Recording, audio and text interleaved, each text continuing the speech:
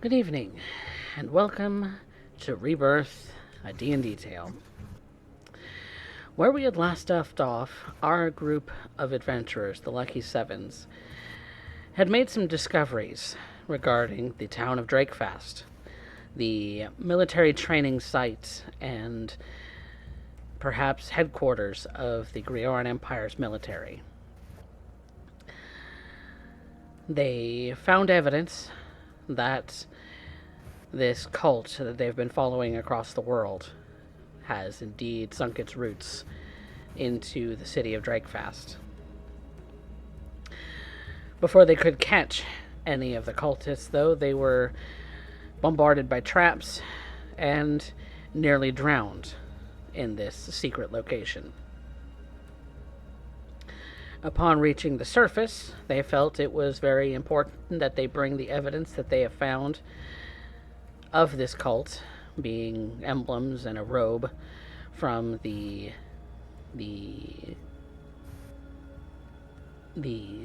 skeleton they had found down there, to the general of the Grioran Empire. With the news that a cult has been festering in this country that has outlawed all practice of religion, it's disquieting that perhaps there's some kind of revolt brewing beneath the cities of the Empire. And so, having given this news and found out some interesting details about the general himself, the party is set to reconvene at least for dinner the same day to determine what the next moves will be, what their plans are while they remain here in Drakefast, if they have any plans to do anything at all. So, Lucky Sevens, as you're sitting at your accommodations, eating the meager dinner that's been placed before you, having spiced it up just a little bit with Karobe and Arya's help, what do you do? It is not meager. It is a feast. An absolute wonderful picnic. Perfect for all of us for this complicated day. I think the best route we should go with at this point is figure out how we're going to redirect our energies. We have a course of action. Find the mad scientist or secret lab or something of the sorts where these tentacle people are being made. Yeah, Corby will speak up. Yeah, didn't the general say to find out more by capturing the head scientist? Something to that effect. Although it's not too certain where that is, we just know Mesomaska. Oct. Was it Mesomaska? In the Mesotopia region, the country of Oct is where a lot of these specimens are being brought from. Mesotopia. Okay. So it could be just generally. Slash a Mesomaska. That's me. It's me pulling from the previous campaign. I'm like, my brain. Right region, wrong country. Yes. Mesotopia. So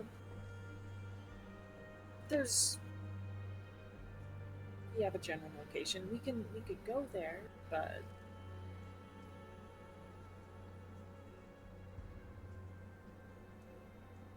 I don't know about this. I mean, if you want to walk into a literal blighted land, then sure. Why not? A blighted land.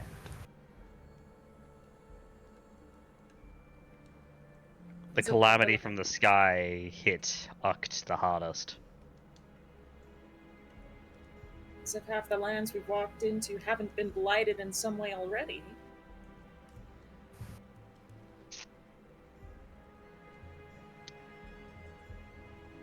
How do I describe this?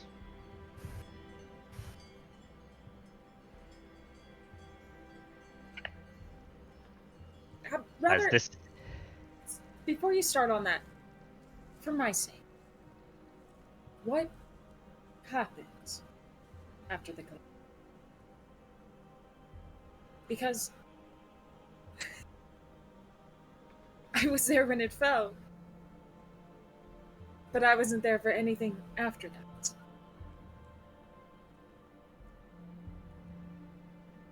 Anyone who would like to can make a history check.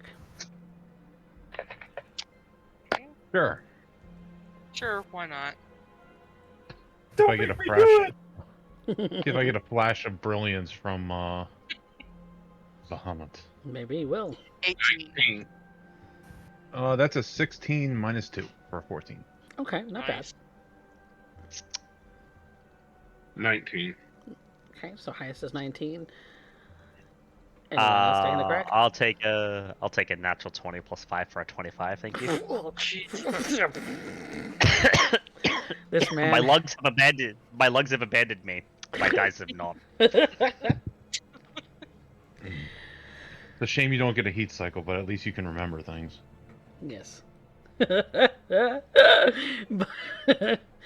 Over the course of the different members of the party that are members of the surface would chime in with the different versions of the story that they have heard, but after the fall of the calamity, it burrowed and was dormant. And then, about 100 years ago, things escalated to where the entire world was starting to freeze over from the poles inward. As a result, the calamity was fought, and from the way that it's told now, things have gone back to normal. Except for those countries that have been very affected by said calamity, such as aberrations began to spawn after the calamity fell.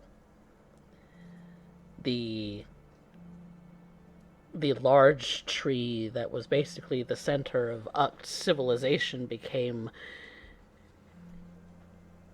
a monument of flesh, and to this day still writhes.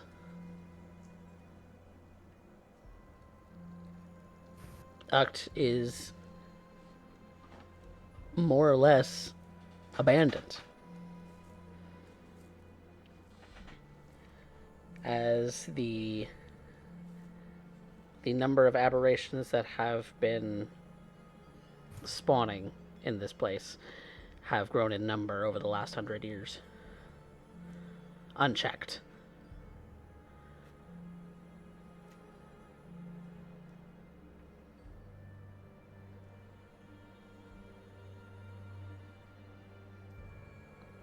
Things like manowars, things like illithids, things like intellect devourers, things like just crawling blobs of flesh without a master.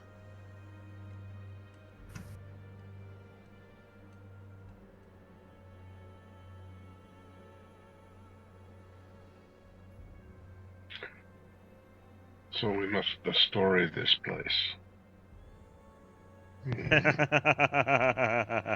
No.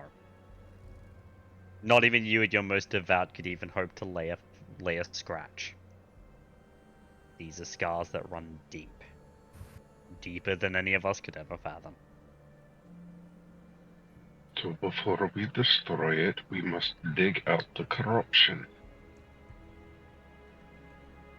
If it were that simple, our forebears would have done it already. I doubt they know.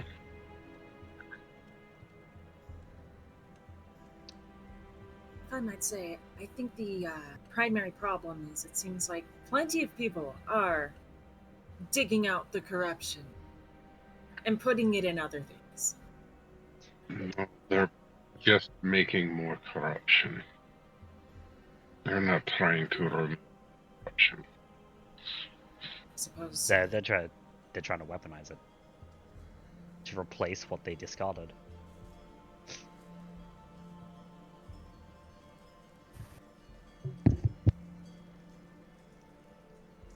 I, for one, am terrified by the thought of a giant tower of flesh. That does not sound great. I believe it was a tree. Tree, tower, what's the difference? It's large, it's fleshy, no one wants to deal with it. I'm just. I'm not super experienced with aberrants. I'm not even really sure what this achieve fully entails. Not truly. The most that I know is the weapon itself, the original.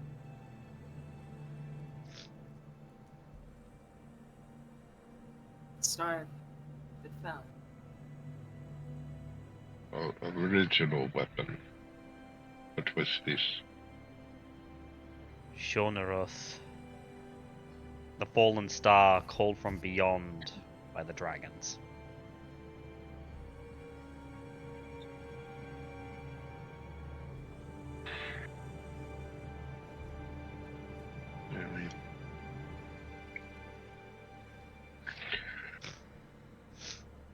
So how are we supposed to get to Oct? Well, I don't think the point is we're meant to necessarily go to Oct. Waylay one of the expeditions. See if we can get see where the components are going. And find the head scientist from there. Weren't we told that he was in Oct? No, we were told they were going to Uct to retrieve these components, but there was nothing said about where he is, just a name. And he's going to Oct. I think the implication is we might be able to head him off if he is going there. In any capacity, whether or not he is going there regularly or going there present. It's just a one-time thing. I don't think he would risk going on those expeditions himself, given that even people in his own faction want a piece of his hide. He would likely be holed up in some super secure facility somewhere, performing his experiments without too much worry. He would have middlemen going on the expeditions for him.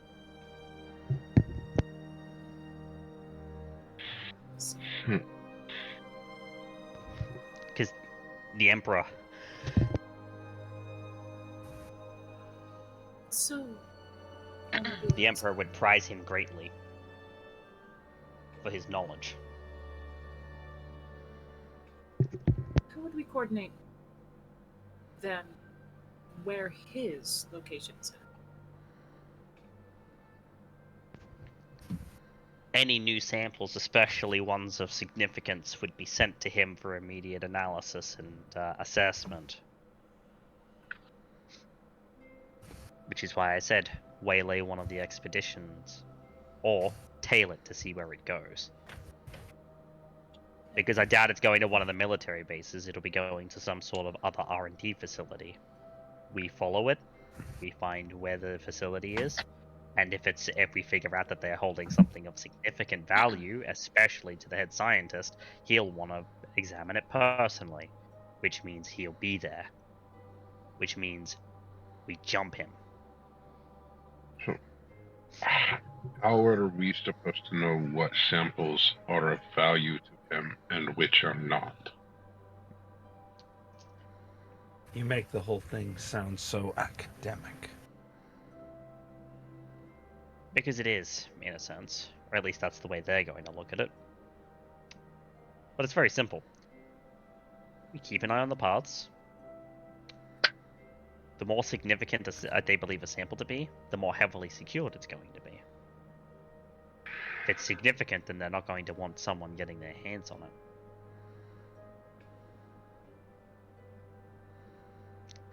Fair point. If it's significant, they'll want more than a simple security retinue along with them. If we're to receive any sort of context as what the roots are, we'll probably have to start with an initial base. An excavation operation is. That's where we'll find out what some of the roots are. Hmm. So, in the end, it seems like this conversation turns us back to Oct.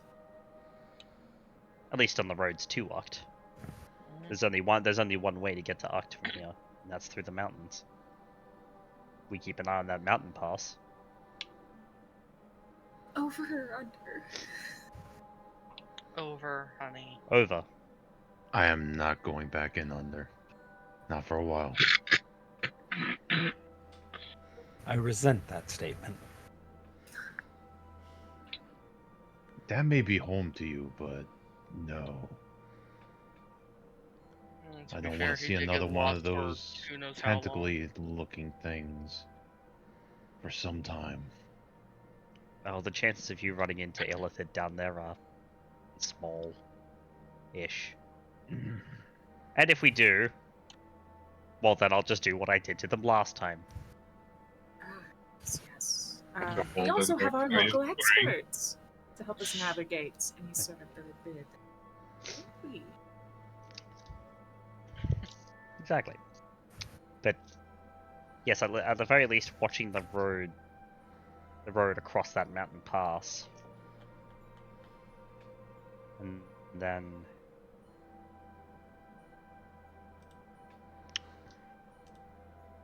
waylaying one of these caravans. Sheer cliffs kind of pass, or is it like around the mountain kind of pass? How much supplies are we gonna need? Is it uphill, downhill? Let's get it. Let's start working on the logistics. She's gonna start like going back and forth with you on a list of like all the materials we need. I'll take notes. I don't know what the hell we're doing with this, but I'll take notes. We have a flying ship. We can make good time and go over wherever we want. Oh, that's right.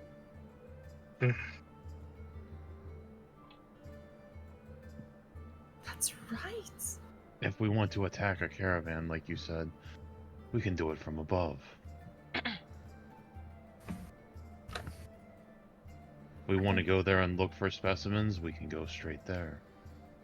We can do whatever we want.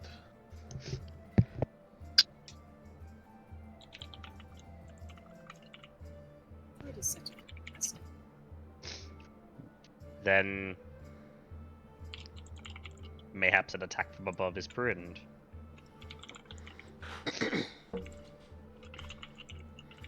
I would like to see it for myself. That's certainly If a thing that we can do. Maybe we could do a little more on keep it a little more on the DL reconnaissance side of things. Get past the pass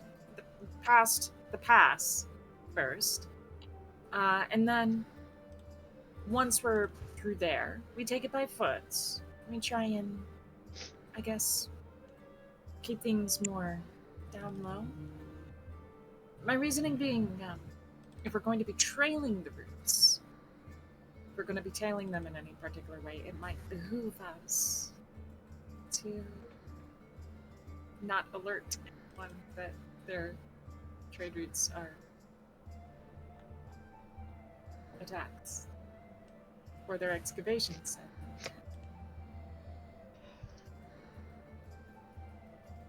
One thing we could do is go explore these ruins ourselves to find specimens and act like merchants to sell them to them. And you put our foot in that way. We wouldn't have to attack their caravans as such. But, selling. I get the idea, but Ah, yes, Mr. These- Scientist Man, let us allow me to introduce you to my new flesh potato. We are selling it for 20 gold. I captured this big writhing thing. Is it any interest to you? It's got extra tentacles and more teeth than you can count. I hate it. I feel like that veers off into a territory that I am altogether uncomfortable with. Look, I never claimed to be the smart one. I'm just trying to help. It's an idea. It's an idea, but again, I really, really do not want to be the less. I would probably fleshy be the bits one that would I'm- be moving it. So We don't really want to expose you to the fleshy bits either. I mean, look what happened to Caleb. Emerald's keeping it together, but Thankfully. Wish on a dream, yeah. a vision. So I don't even think that could. I don't even know if it could affect me.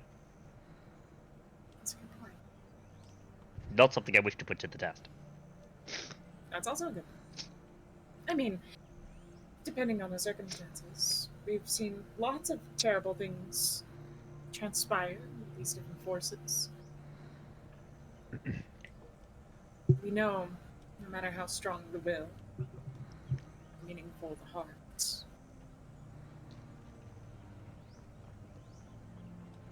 Certain things.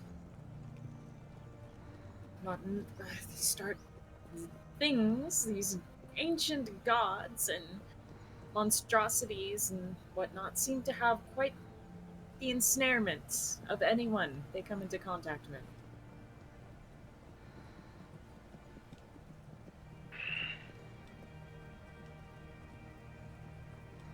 I feel like the best way we can describe our progress so far is working our way up a tree. It started at one point and now it's just broadening out more and more, and I really wish it would start bottlenecking.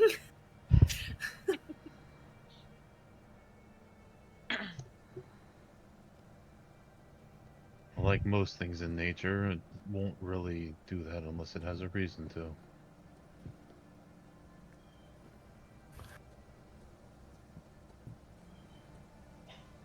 Or it's forced. Yura, you look like you have something to say. Oh, nothing.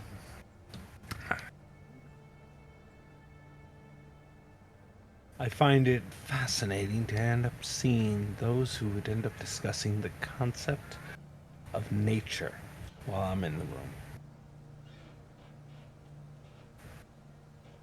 More I mean- reason I would prefer you be the one discussing nature. I know nothing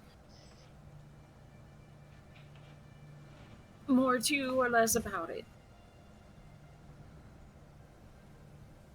I know where I'm at. Well, the nature of things up here is different than the nature of things from where you come from. But the principles are all the same. Mm-hmm. True. Nature is nature. Doesn't matter whether it's underground, whether it's bad to the sky, or a sky of air and ether, or of stone. Well, that's the thing. I just was talking about the habits of a tree. I didn't know if they grew under.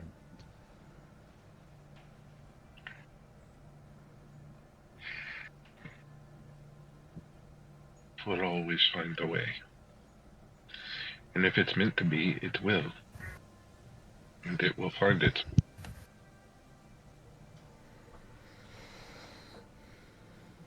Well, Groby's really still beat up and bruised and like still recovering from almost getting disintegrated. Mm. He's going to look around. Well, I don't think I'm going to add much to this conversation. Let me know what you all decide, and I'm going to go lay down. It has been. I'm tired, and he's just going to get up and go fall into bed Kind of and let walking them like the rickety discuss. old man he is. Oh, Kirby. very much using his giant sword as a walking cane. Kurabe, one more thing before you go. Yes. Thank you. For what, The dear? clock is splendid. Thank you. Thank you for understanding, giving me the space I need to reset. I'm gonna walk up to him and go ahead and just use the. What is it? Do I have lay on hands? Healing hands. Healing hands. You want to touch me a little bit? I give you a gentle. Reach up and give you a gentle pat on your shoulder. You're probably hunched over, actually. Already. And you gain number of hit points equal to total of just 10. Okay. Not a lot. The gesture. He'll kind of like stretch, and you'll hear like all kinds of snap, crackles, and pops. And like, I do feel a little bit better, thank you. But as for the rest, don't worry about it, dear. It's what we do.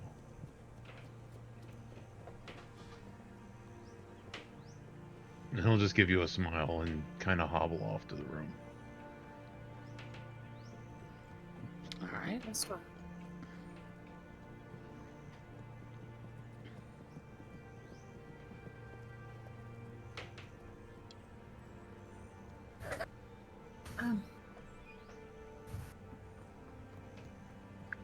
So then, it's assumed go over the pass. What's the plan from there? I've made my suggestion. Roby has made his. What else do we have?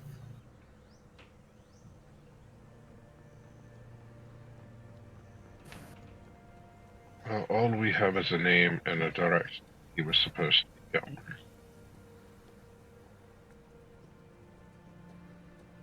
Beyond that, it's all theory and supposition at this point, without actually going and finding out what's going on. Well, it's a name and a way to find him. Not even necessarily that it's a direction that he himself is going. Just that we know that something. We just know the direction of something that will inevitably end up in his hands. Is going. We know where it's coming from. We don't know where it's going to. Which is why I said we could tail a caravan. We'd find that out real quick.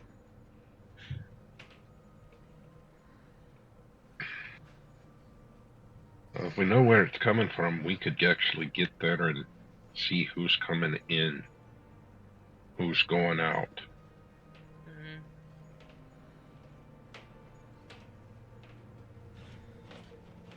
It seems like we're heading.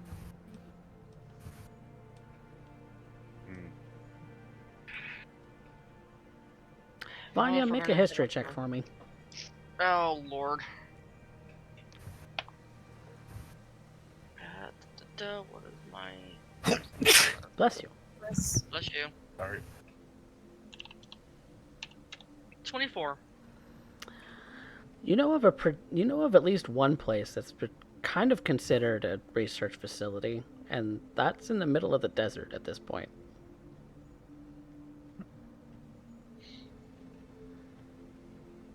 Well, we could go to Uct.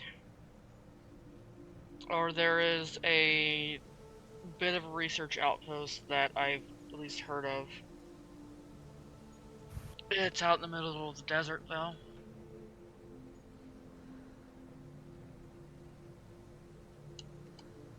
Okay.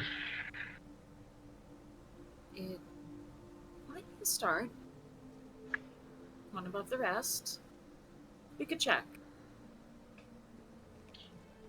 At least, if anything, if we are going to have to be on the way.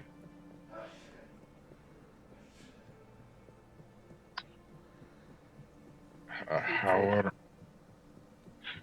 are we going to get there? Obviously, we've got the airship, but If there's a town attached, that would probably be the easiest way to go. We would stick out like rather sore thumbs in the middle of a desert on this ship. Not to mention you don't really have a landing gear per se. You need a port. Yeah, That so does what- serve to be a problem.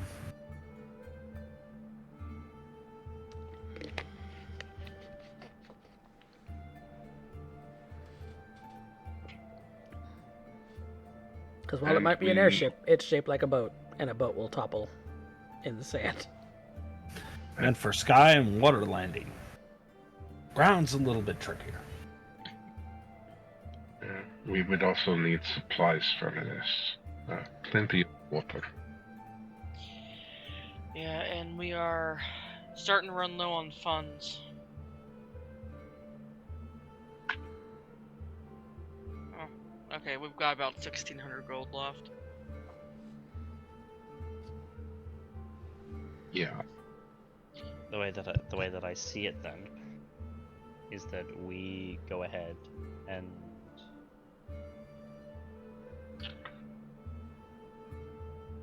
we find the closest town that does have a port and we ride out from there. Curious. Do we know of any caravans or shipments that are potentially coming to or from this area?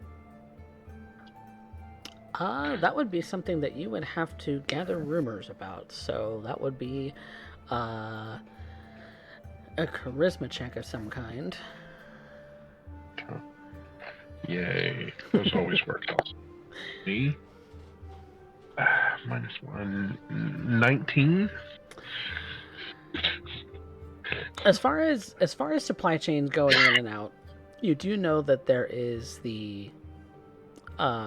there's always the route by sea, which is what you have done. By land, you do know that supplies do come by light rail to the old town section of the Drakefast city. Other caravans do go by road, but primarily to get things directly from Colcaster and from other places around the world, the light rail is the fastest way to get news and supplies, which runs all the way up the coast of this continent. All the way up to the old Shadowhar.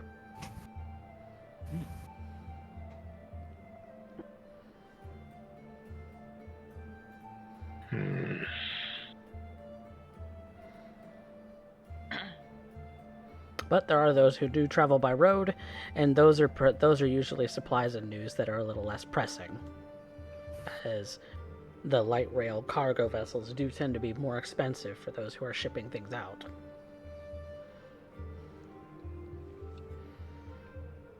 Okay.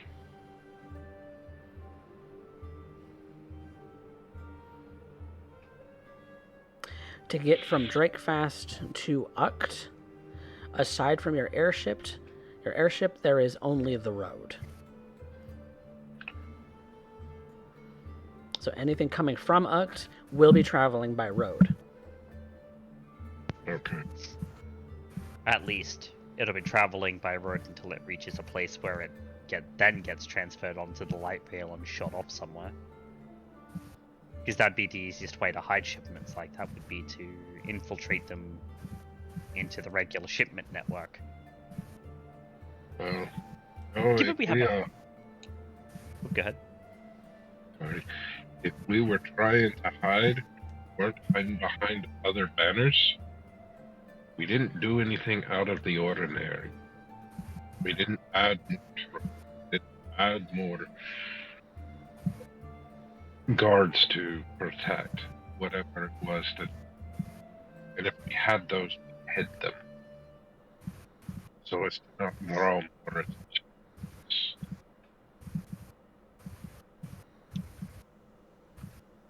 Other than that, we changed that. We changed our flag. But Carl should go ahead and pull out a map. Do y'all Because own we a probably map? have one of those. We should. I know out of character I have provided you guys a map, so the Grioran Empire map is available in your notes on Roll20. So, the, let me look at the actual colors on that, because the light rail is shown in yellow, and the roads are shown in black on your map. Okay. So, the light rail goes from Westflow in the south all the way to Colcaster, to Drakefast, and then up into the other countries of the continent, and kind of skirts the whole coast of the Grioran Empire. The roads obviously kind of go everywhere and anywhere. So if they were to get to the light rail, they would have to go by way. If they're coming from Uct, they would have to go by way of the Penella Pass down to Westflow, and then through the light rail to Colcaster and then Drakefast. If they were going that route, it would be the most efficient.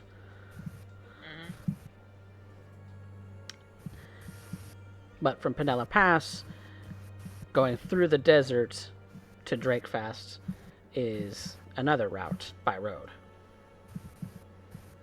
The Whispering Dunes is also chock full of dead magic zones, so it is highly unlikely that anything that is being restrained by magical means if they're going through the desert.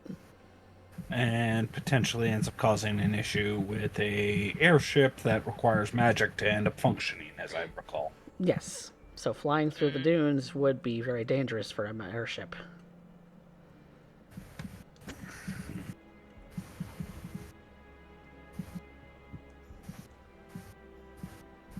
How far up into the air these zones actually reach, it's unknown. Nobody wants to actually, and nobody actually wants to place that bet. Well, for creatures of a somewhat magical nature.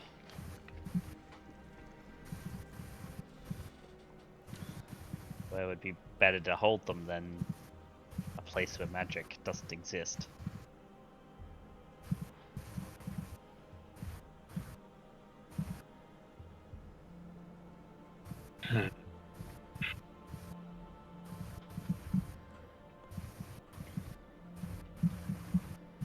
So,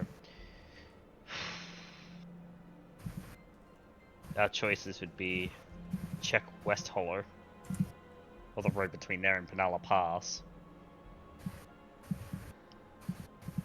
or check the desert.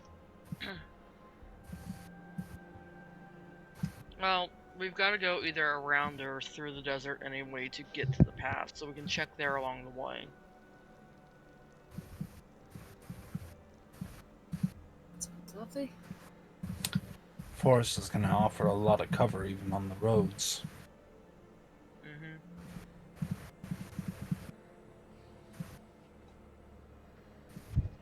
So, then I think West Hollow should be our first stop.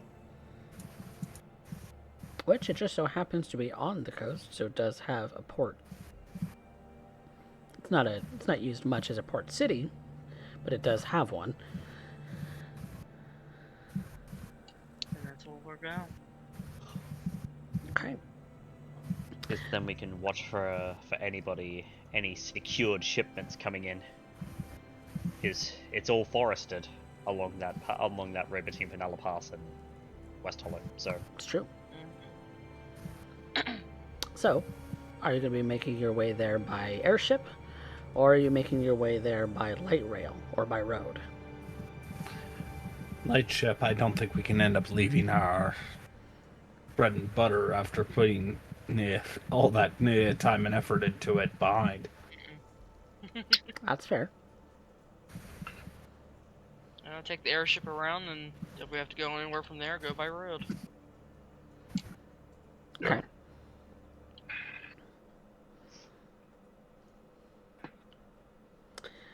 So imagine that's Luckily, kind too of bad. flying from Drakefast around nearby to Colcaster towards West Hollow then? Yeah. Yeah. This way you're avoiding all the dead magic zones? Yeah. Okay. Yeah, because if we're flying, we're not flying through these dead zones to find out what it's going to do to the ship. Yeah. I mean, the extra couple of 100 miles doesn't really matter. It'll take another couple of hours. Yep. So, with your ship to flying at the speed that it does, it would only take about a day to go the long way. Ain't too bad. Yeah.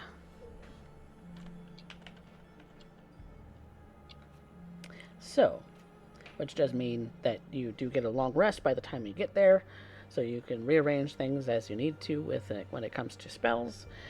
And what is the plan when you do get there?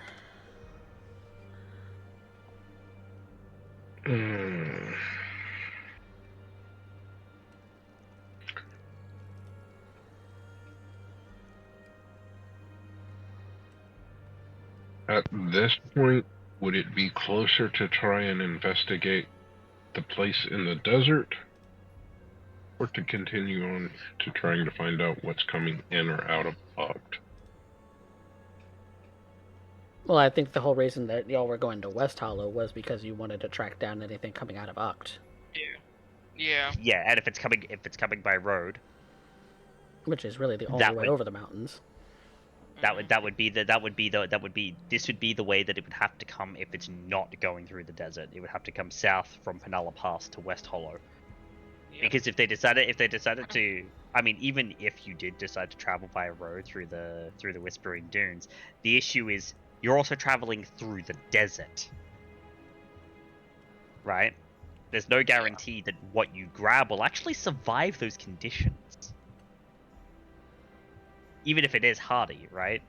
Uct, even with all of its changes, is still a tropical jungle type area. And you're sucking all the moisture, even though it's kind of all a flesh jungle now.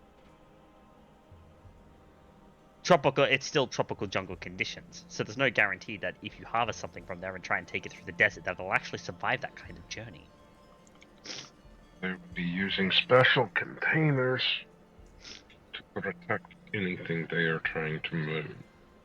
And going through a dead magic zone when you have special containers that rely on magic will make your containers useless. That's the other thing. There's even with their advanced technology, that only stretches so far when it comes to the reliance on magic. Because even though they hate that they abhor the divine, heavily the Grioran reliant Empire, on the arcane. Yep. Yeah, the Grioran Empire are basically a Magitech state, all things considered.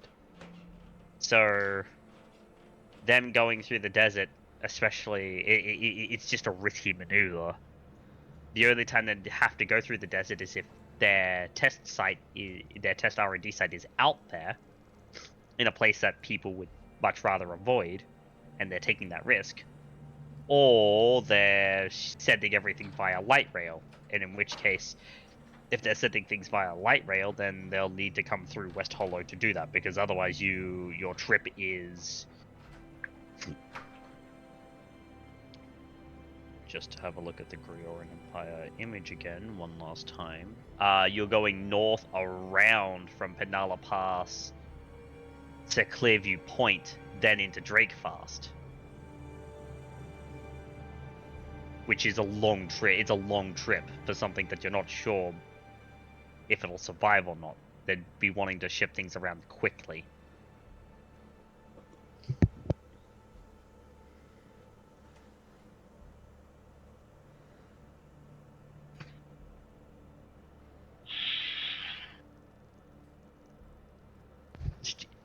Because at that point, it becomes a logistics problem, right? That's all it is. A logistics problem. So let's keep an eye on what comes in and out. Push comes to shove, we're close enough to the pass that it's a couple of days travel. We can keep an eye on the pass at the pass. Because we know they have to come through there.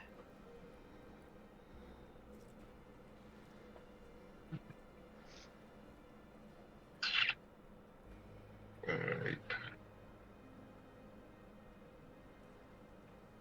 So, who's investigating what while in West Hollow? I think Zephyr and I can start at least heading along the road to the pass, staying relatively within a few hours of the city at least. Start checking out whoever's coming down the road. See if you can find any caravans of a military-ish nature. Mm-hmm. Rangers doing the ranger doing the tracking. Yeah. Yes, the ranger doing the Makes rangering. Makes sense. Okay. What is Nagon gonna be doing?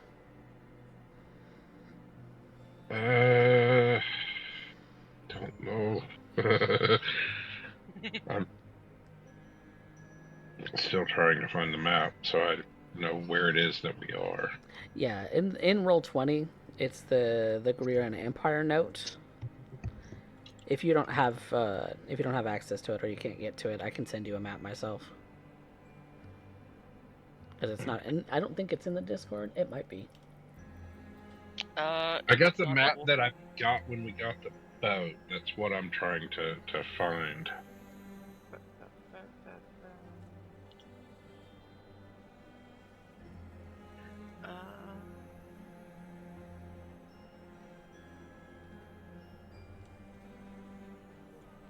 Hi, Discord, would you let me do a thing, please? Yeah, basically where you are on the map is in the far southwest of the country.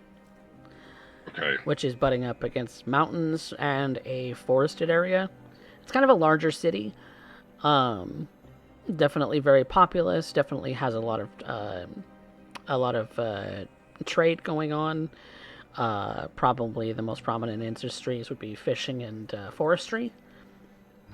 And that's basically what the city is like.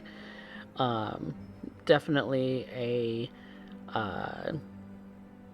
kind of a signal almost in the midst of the forest and the mountains. So there's like lighthouses on the cliff sides as well.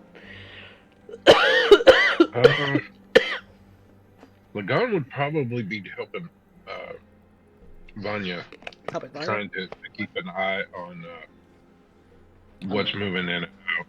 On the roads? What's coming through the pass, yeah. Okay. Because there's the road coming from the pass. Definitely is one to keep an eye on. So that's where Vanya and Lagon are going to be. And then, what is Arya, Illyra, Kaz? What are y'all doing?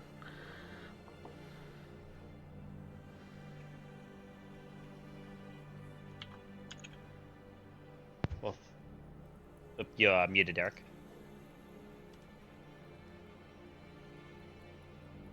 I can't hear you. Yeah, I can't Testing? hear you. There we are. There we go. Now I can hear you. Okay, I think I just turned it down too low because my Cat. fan and cat were making a lot of noise and I didn't want that to be on stream. Oh, that's fine. No biggie. It's a good question. The concept of this flesh tree has definitely got me looking, so I might be trying to figure out or find any information on that. Okay, there would be plenty They're of bringing information stuff in the terms of rumors or in the terms of texts. So which would you like to explore? Text primarily. Text. Anything that's written, trying to get an understanding. As Oct is, it's not something we end up discussing. So when everybody's discussing the idea of this flesh tree, for instance, and that seemed to be like something they just kind of skimmed over and moved on. A little. Yeah. So I'm the closest I'm thing that trying you to have get- seen to possibly a pillar of flesh would be the purple worm population of the underground. Long, worm-like, but very sturdy creatures. Perhaps it looks like that. You'll have to do a little bit of digging into the texts. So that's maybe the first image that comes to your mind. Is this is a worm-like pillar, possibly in the midst of a jungle? What's a jungle? You're very, very curious. Arya? I want to get more of a lay of the lands. We're still in the same country, correct? Yes, this is still Rioran Empire. It's far away from the capital city, so maybe it's a little more lenient as far as the leanings of different individuals. The rules, the laws may not be nearly as enforced as maybe the capital city or Drakefast was. I would like to know more about this experimental outpost. What I'm going to be doing is collecting rumors and information from people, making conversation, Okay. trying to get to understand what it is that other people have observed in this area, as well as try and understand, get an idea of what challenges might be ahead during your travel. Okay. As far as specifically monsters, the dead zones, what happens in them, what all seems to be affected by them, that kind of stuff. Okay, so similar in a sense to what Alira is looking for, just more people oriented. More. It's more like I'm trying to understand our environment. The travel, yeah. The environments. Mm-hmm. Because the travel is one thing, but we're going to be making stops at locations, and there may or may not be altercations. I want to know what challenges lie environmentally. Okay. Yes. Perfect. And then Kaz. Yes. And Kurobe. I have something very interesting that I want to look into. Okay. West Hollow, by comparison to a city like Drakefast or Colcaster, is very small. Smaller, yep. I want to see if the military presence here is proportionate to its size. Okay.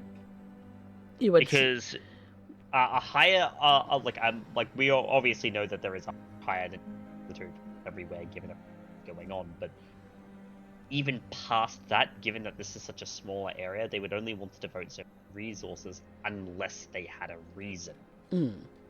So I want to see if there's a very heavy military presence here, not so much because of the special military operations that are going on, but because of just the in fact general, that yeah. Perhaps they're, guards on standby to receive secure transports, kind of deal. Okay. Because obviously, if my theory is correct and they're loading samples onto the light rail here, there's going to be a much heightened military presence to make sure that things get onto the train during safely. that time. Yeah. Okay, so you're kind of looking for the patterns in the military presence. Okay. Yes. And Kurobe.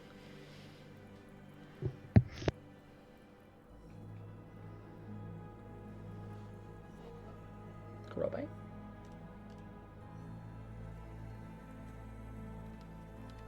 You might be muted, CJ. Might be.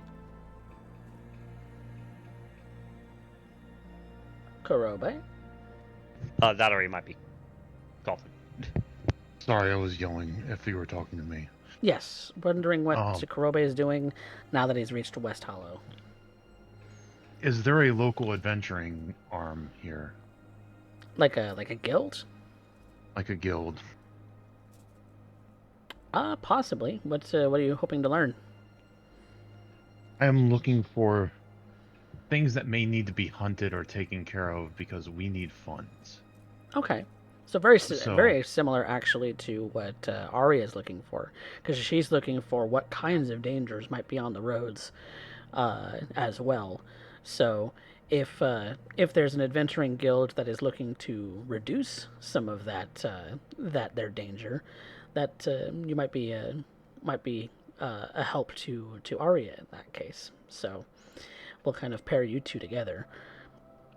So, They're looking for dangers on the road, and Vanya and Lagan just said, "Fuck it, we're gonna go on the road ourselves." they're going on the road anyway, out a couple of hours to see if they can find any important looking caravans kind of traveling along the road. So, so I think a good place for us to start would be Arya and Kurobe, since they're looking out, they're wanting to do some learning about the dangers that surround the city of West Hollow, as well as maybe take care of some of those dangers for a little bit of coin. So, I would like Arya, since you want to do the research part, and this is going to be talking about rumors and talking with people, this is going to be a persuasion check with advantage. Oh, I could do persuasion checks. I like that. That's like the one thing I'm good at. All right. Well, 10 is always a good start. 10 plus... let me see my persuasion. My persuasion is plus 8. Okay. 18 total. So 18 total. All right. You said with advantage? I did. So let's see if we can get roll better. again. Okay, that's better. 14 plus 8, which is 22. 22. I'll take it. All right. So, between the two of you, kind of walking around the city to find out, what kind of dangers might be in the surrounding forest, in the surrounding mountains, things of that sort. You get the usual fare, like wolves and bears and other such dangerous beasts, but there's also monsters such as griffins, such as owlbears, such as hydras. 3-headed monstrous snakes that almost have this sort of sewn together sort of look, but they, so far as anyone knows, they are a natural occurrence in this particular area. I'm looking for well-paying stuff. Or at least things that I could do on my own if no one wants to come. So that I can grind out some money. The thing that you would learn about a Hydra is that if you destroy only one of its heads at any one point, then you run the risk of the heads multiplying. So this is not a solo job.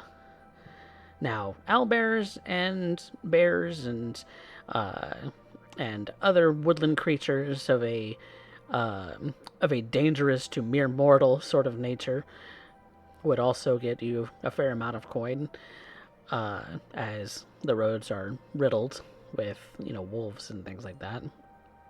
But there are monsters like a Hydra, which are a multi-person job, for sure. Okay. He's inspired. The Hydra that they would let you know of is in the mountains, and so kind of has been stalking the road near the base of the cliff sides. And so when a rather small traveling party is caught with very little to defend itself, that's the perfect prey for it to jump on. And it's been harrying the road for a little bit now. Oh, we do need money. We can convince the others. But otherwise, I could take on some of the weaker things by myself just to get us some travel money. What do you think?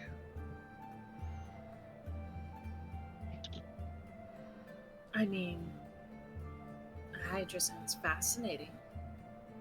I don't think I've ever seen one before. What else can they do? Have you ever fought one? Have I ever fought a Hydra coffee? No, they do not exist in your country. They exist in mountainous areas. You live very close to a desert. I don't think I've ever encountered one. Really? Have I ever researched one? Or I heard don't of know. one? Is he one to research things?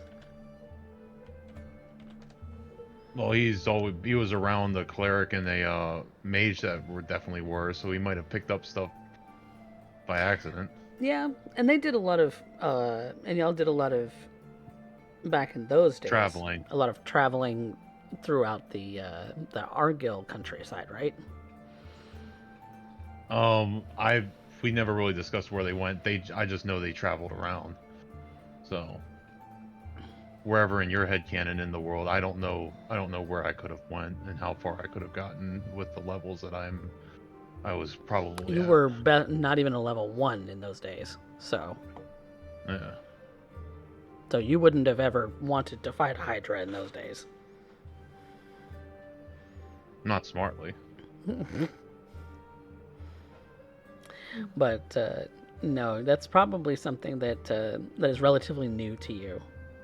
Okay. Given the proximity, given to the proximity of Uct and the sort of distorted creatures that you've heard of coming out of there, that's possibly why.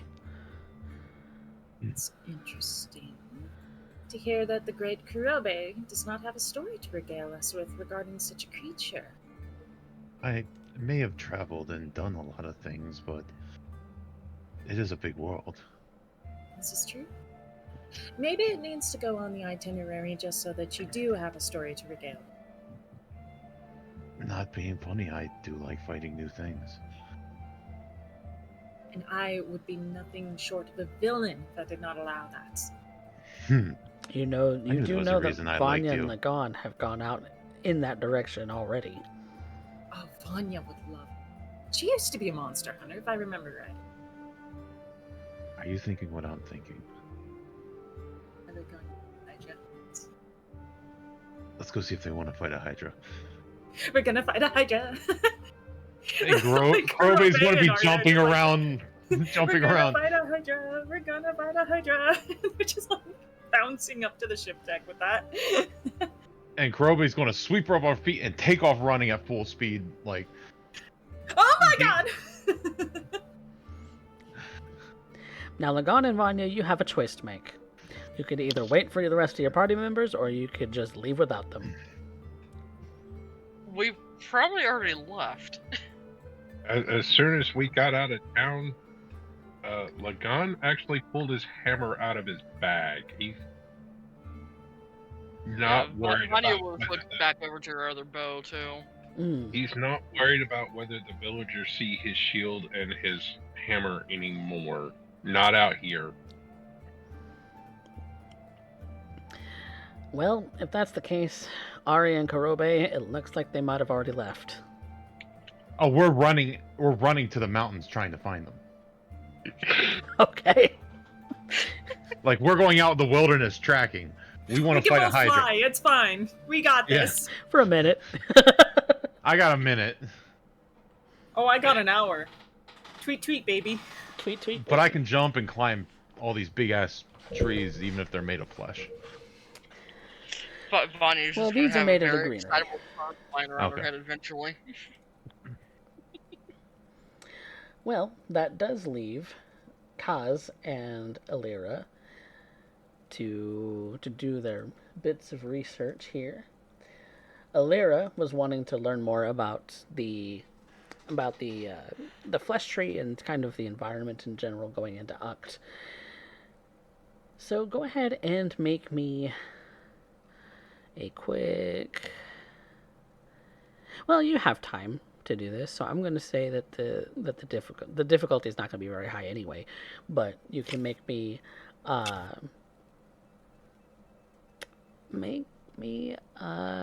well, how do you want to flavor this? Do you want to flavor this as the sort of druid sort of way, or do you want to go arcana and go with that?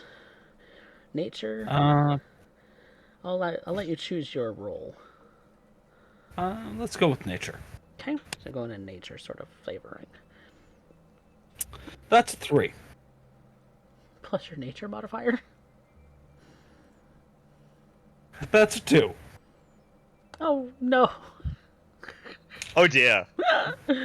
Oh, she's not I'm an very. expert. She's not very well read. She maybe gets a little bored with books.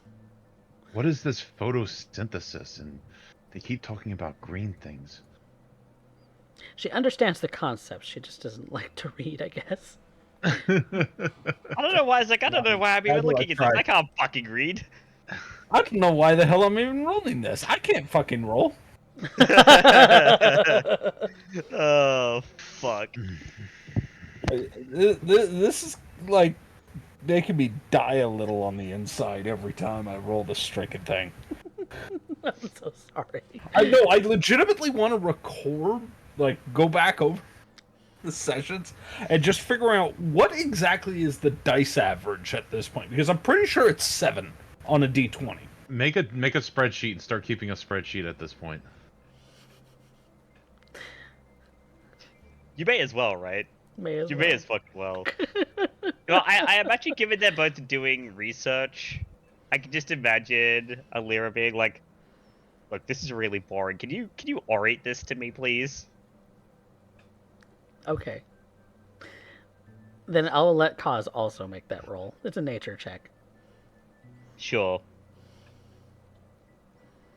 It's a dirty 20. Okay. One of the books that you do come across is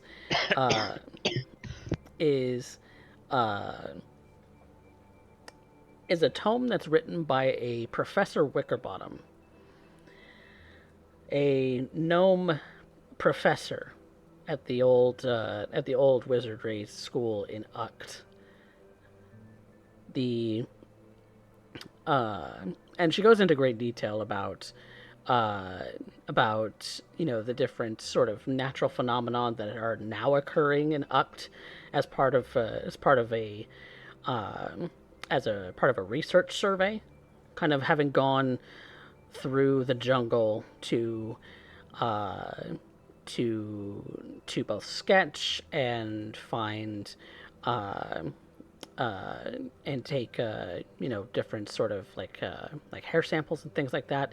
You see lots and lots of details written in this book about the ecology of Uct as it stands right now, and the kind of opening sort of like the preface is that Uct was her home for a long time, and that the changes that she has documented in this tome are meant to both educate and sort of give a kind of account of how things have just progressed after the defeat of the Calamity. And how, while the Calamity is gone, the scars of its presence are still being felt by the creatures that still live in that region. And the new creatures that have spawned from that region, such as 3-headed snakes that continue to regenerate, such as the sort of fleshy appendages that come off of individuals, such as man-o'-wars, such as the different aberrations that you have maybe come across in your journeys, and has documented them and their sort of biology in this book. And it's a fairly thick book. It's like academic textbook sort of thick. It's like an encyclopedia, Basically. like an Uct encyclopedia. Very much so. That Cars kind would of be link orating themselves to the- other things that she has written. Yeah, and cars would be orating like the important bits. Obviously, there's probably a lot of minutiae in there that isn't all that cars will leave out. Yeah. But going through this whole book would take years, basically. But you kind of read through the intro and the preface, and kind of some of the notable things that kind of stick out to maybe Cliff you, Notes. yeah, and kind of give her a Cliff Notes version and back of the textbook sort of deal. Yeah. But that it used to be a flourishing jungle with, beautiful gnomish towns that. I'd also explain what a jungle is to Yeah. Alira, even though Yeah. she doesn't know. That it's a very, very rainy, very hot, very insect-ridden, very much a haven Lots of plant lights. lots of plant life, lots of creatures. Yeah. Very abundant in life. And now, I mean, there are jungles. It's just instead of trees and stuff, it's all vines and. yeah, and there's a lot of different kinds of that that were there. Yeah. As No, part it's of just that's the sort of metaphor that Cars would use to describe a jungle to Alira. It's like, yeah, you've seen trees, you know what forests are like, but now imagine that like more like densely packed with like lots of heat and rain, and more like more life. I suppose, yeah, more life. And that the gnomish towns that used to be there all kind of ingrained themselves into that life, where they wouldn't necessarily like they would build their homes out of the trees. They would build their homes out of the fallen logs. They would, more or less want to be isolated and secluded up until the flesh tree became what it was, and they had to evacuate the whole country.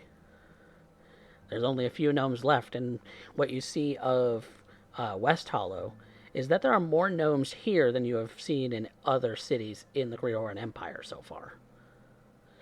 But the proportion is still very small. It's still Likely maybe refugees. one individual for every 20. Yeah, likely refugees from Uct. Because this would be the biggest city for a while. Yep. So. And Cars would explain all of this to Alira along with the surrounding contexts of the things that she may not necessarily understand. About like what a jungle is and things like that.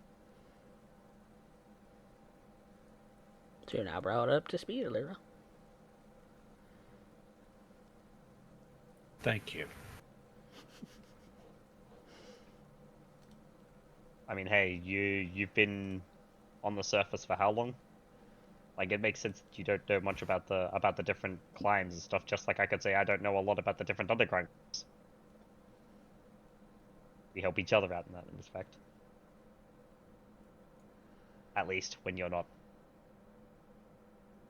implying that I fuck sheep. I've never implied anything of the sort. I've explicitly said it. Cars just kind of just stops for a second. Cars just kind of stops for a second. He's like,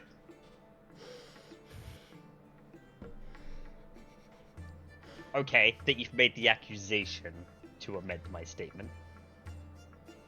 It's not an accusation when it's true, though. It's just a statement of fact. I'm not getting into this again. In the library, there might be someone who's onlooking.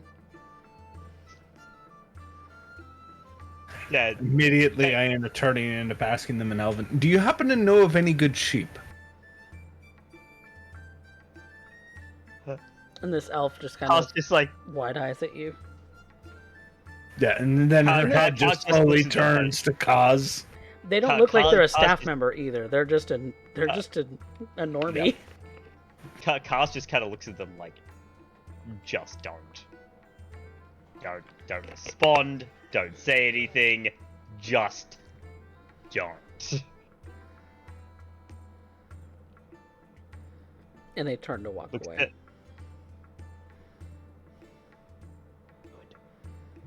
Much better. Much better. Now,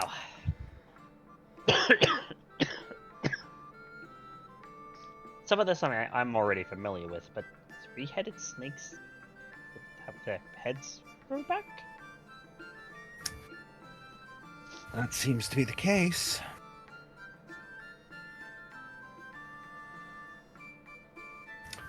Had a similar thing, except it was with a gelatin type is the creature. Split it right in two, and then both halves ended up operating independently. Found out one half decided to grow back to its original size, which ends up making me question on how it was.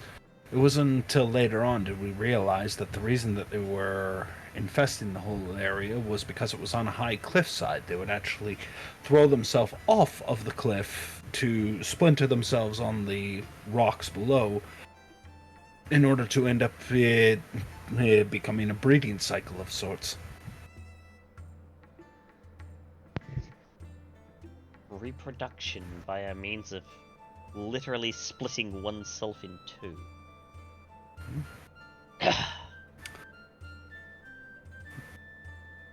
Perhaps a similar situation. Perhaps cauterizing the wound might end up causing hesitation in the regrowth of another head. Well, I do know how to put out some fire, so if we run into one, it would be worth a shot. My suggestion would be any form of oil.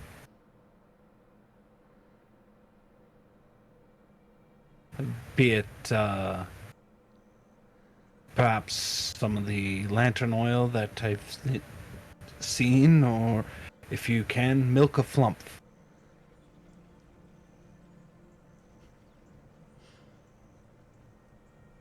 Milk a flump? Guys, you have no idea what a flump is.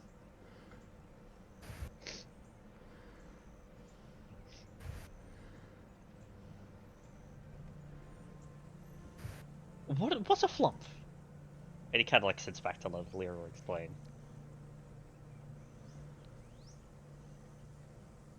A tentacled creature of small size. Typically more curious, more than anything. Though fairly intelligent, they're odd little amenities. Found them around about the same time as we end up making contact with the mind flares down below. Aberrations of sort, but not hostile. And as it turns out, that they end up creating an interesting substance that makes the flame or creation of torches surprisingly good. Good burning oil of sorts. Oil's what you would call it, though I don't think it's the same process. And, well, they make a very soft mewing sound when you do so.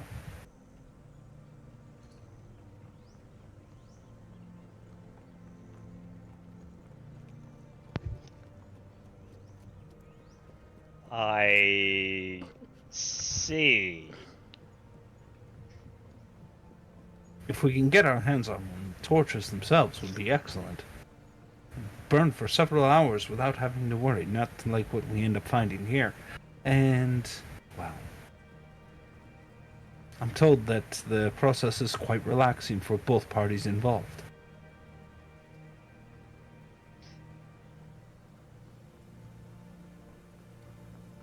Aha.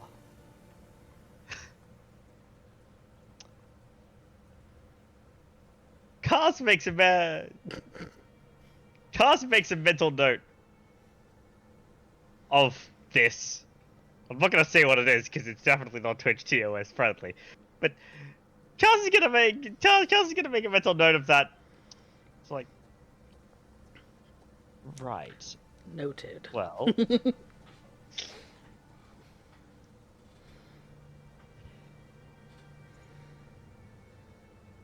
That's actually, I suppose, a good question. How did my investigations go after I fed up with the Lyra? been talking about this. Were you doing something different? I don't recall. I thought you were doing the same thing. That's why I had you roll the nature Yeah, check. it's the military, like checking the military. Presence. Right. Okay. So that was going to take up another portion of your day for so that I think would be more of a perception. Perception check. Yes. What I'm do them good at those. dragonborn eyes see? Well, I mean, with a natural 20 for a 27, they're taking the hobbits to Isengard, among other things.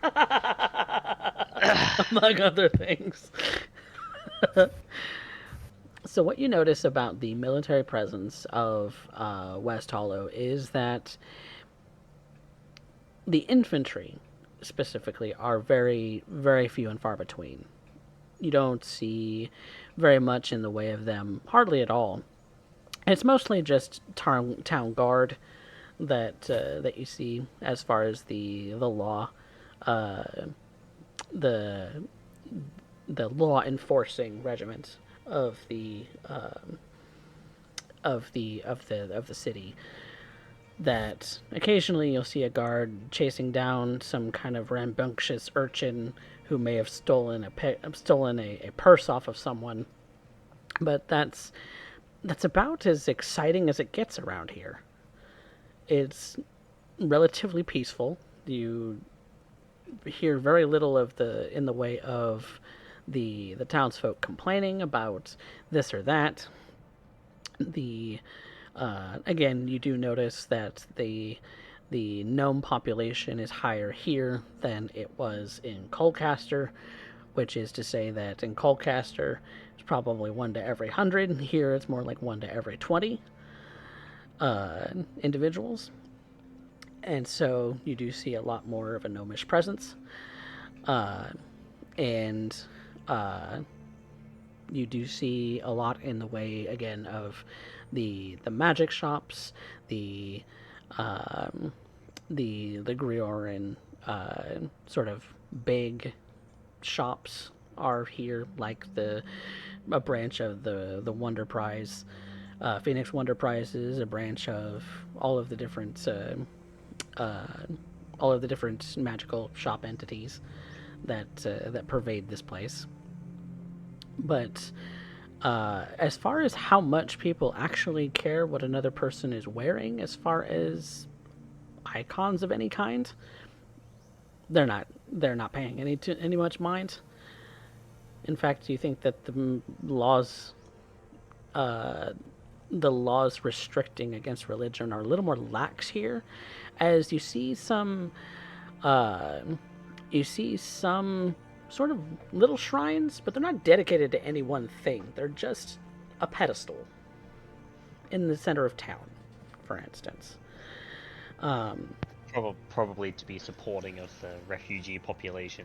There's no way that they could force assimilation like that. It would only gain them backlash.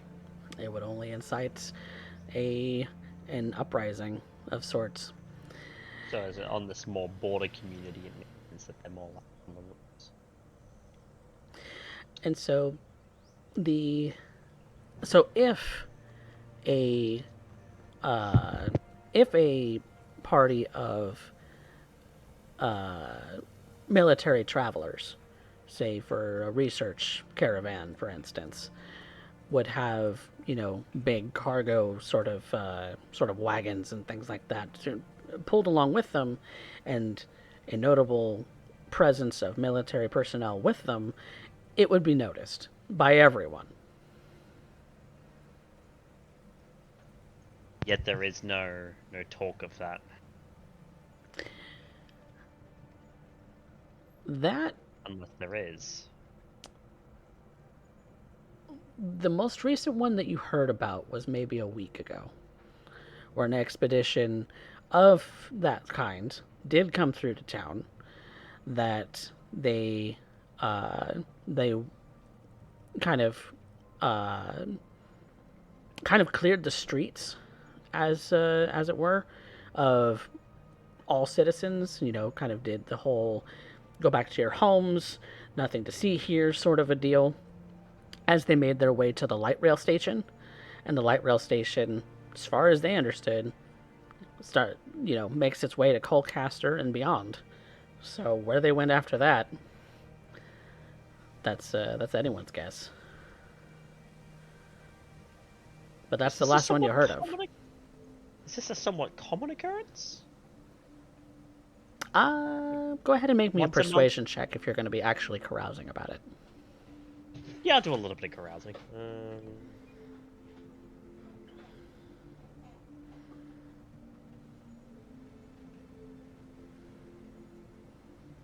That's a 19. Okay.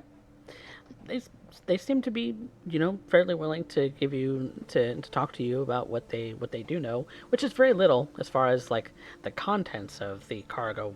Yeah. The cargo. No, I'm not vessels. asking about the contents or anything like that. Just kind of like the frequency is like how often they come do about. do they like do they clear the streets of this often? They do once a week, so they're due for another one fairly soon.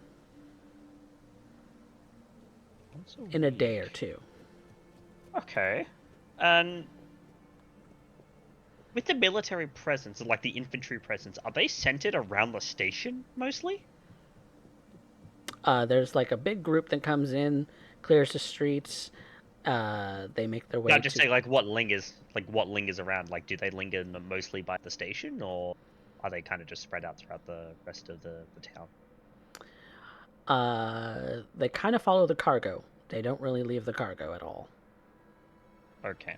And town guard and town guard are to obey any and all orders given. Yeah, it's more like as you said that there's like there's not a massive infantry presence here, but there is a small one. Yeah. I was just wondering like if the small presence that does linger around even outside of these expedition times. Mm-hmm. Whether they go ahead and linger like by the station. Oh no, like, they maintain their posts. Sorry, I misunderstood. Yeah, so they maintain posts. They maintain posts throughout the city. Yeah. Okay. Because I just wanted to make sure that like there wasn't a small contingent always waiting at the station. Basically like them being mainly posted at the station to receive orders or things like that, and then waiting for the expeditions to come in. That makes sense. Yeah, they're mostly there to that if they, however they do receive word that a cargo shipment is coming through town, there is enough time for people to get back to their homes so that these infantry that are here permanently can run some kind of interference if somebody gets too close or whatever. And town guard are helping in that regard too, that any and all are not to ask questions. They are meant to just clear the streets, get everyone back to their homes, close businesses. Nothing to see here, nothing to talk about. They're not even really supposed to talk about it at all. Yep. Okay. So that tells me that they're shipping stuff back from Uct and by order of the Emperor. Yeah. Yeah. Which means by light rail, it's probably going to Colcaster directly.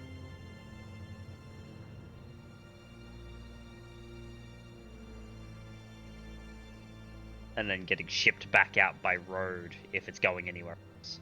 Or is going to Drakefast and then getting shipped back out by road.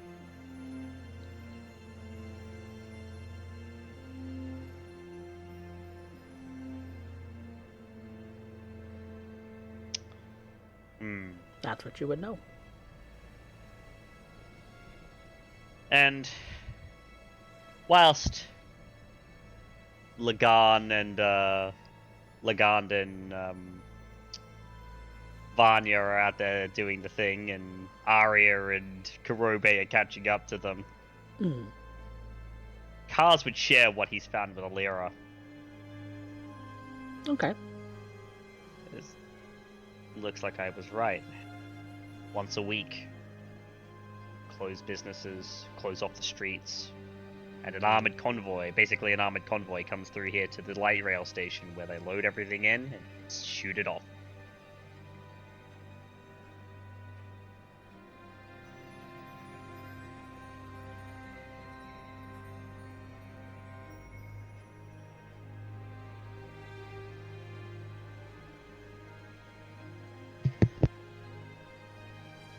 Does Illyra have anything to say regarding that? You're muted, by the way. No, not particularly. So, I suppose it's a matter of what we'll find, right? Maybe they're bringing back those three-headed snakes. Or worse. Probably worse, but I wouldn't doubt they'd be taking all sorts of different flora and fauna samples for analysis.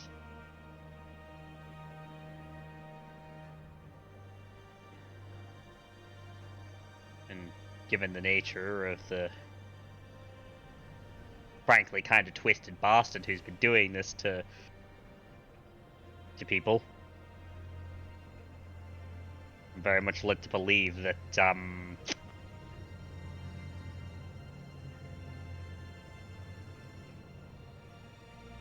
I wouldn't be surprised if he was trying to experiment on people with those three-headed snakes too. See if he can get them to regenerate. Who knows? Maybe they'll end up here suddenly sprawling legs. I don't want to think about the concept of a human turning themselves into a spider. But, like, not an actual spider like you turn yourself into. I mean, like, a human with, like, 4 arms and 4 legs.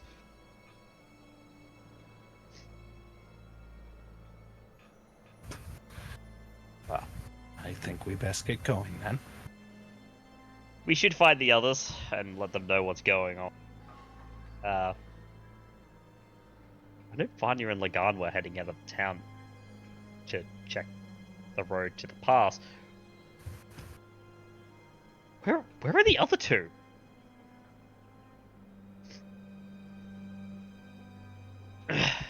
Kurobe and Arya. Kurobe was looking for a way to... Oh, you muted. You muted yourself. Kurobe is trying to find the... Oh, how did he put it? To get that bread.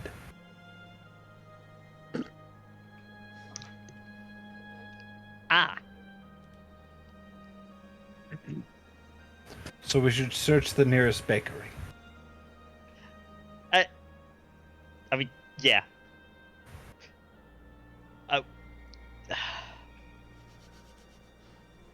I don't want to assume. I think he means making money.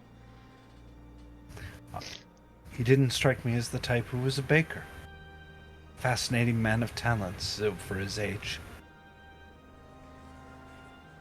You know, quite honestly, I wouldn't be surprised if he was an adept baker. He does make a good soup.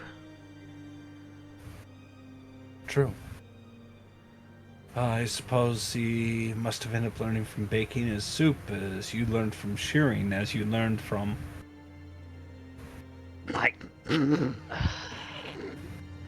Let's just go and find him. And so... Shear away! Alright. Where are we going? And Kaz is gonna drag Alira off to go find Kurobe and Arya. Who seem to have also left your accommodations, and may or may not have left something behind to indicate where they were going. Did Arya or Kurobe leave any notes behind on the ship to let the others know where they had gone? No, we literally found out and danced around excited that we get to go fight a Hydra in front of the people that we were asking about jobs, and then I picked her up and ran.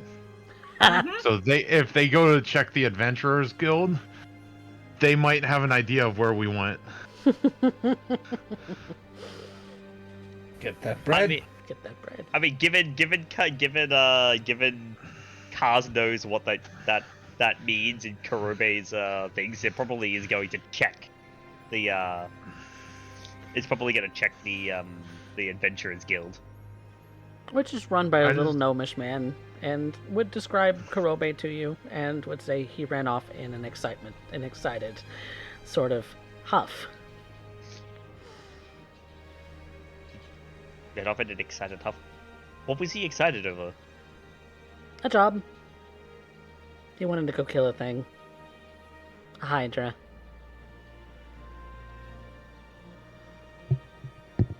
It's only just a couple hours out of town.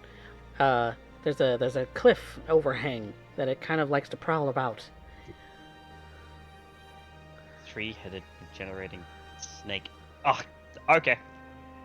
Good luck. Thank you. Alira, he wants to fight the 3-headed snake.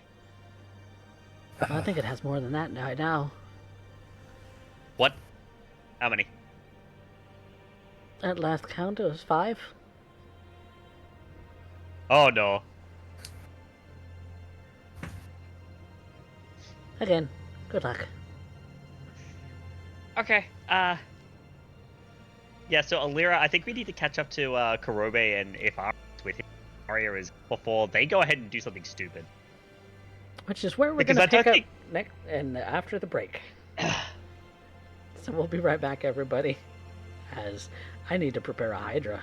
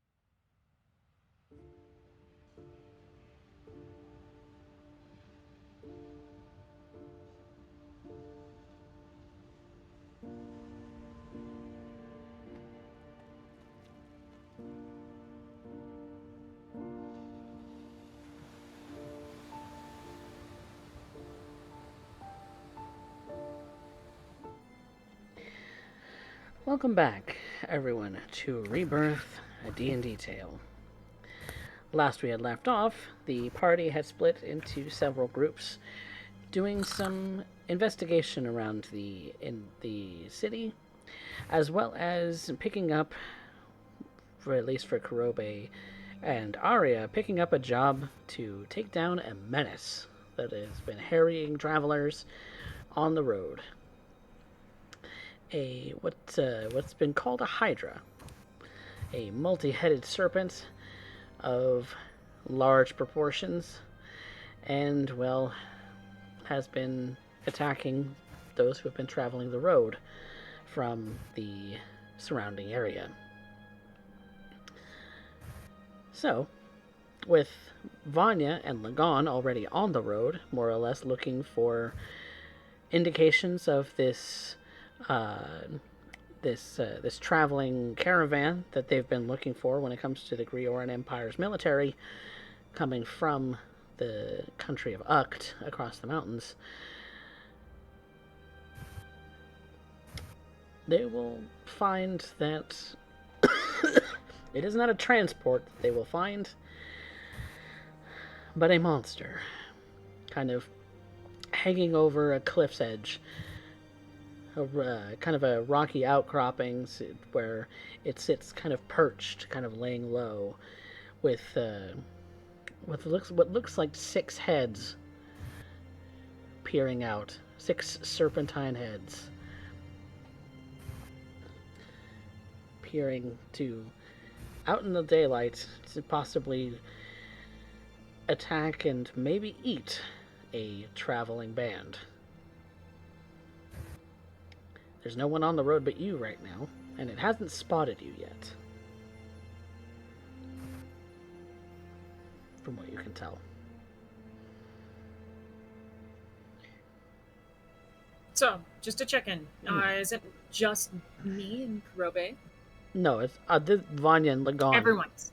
Ooh, No. Vanya and Lagan. Okay, so they found it first. They found it first. Very good. Go for it. Get it. Yeah. Would I know what this thing is? Off chance? Make an Arcana check.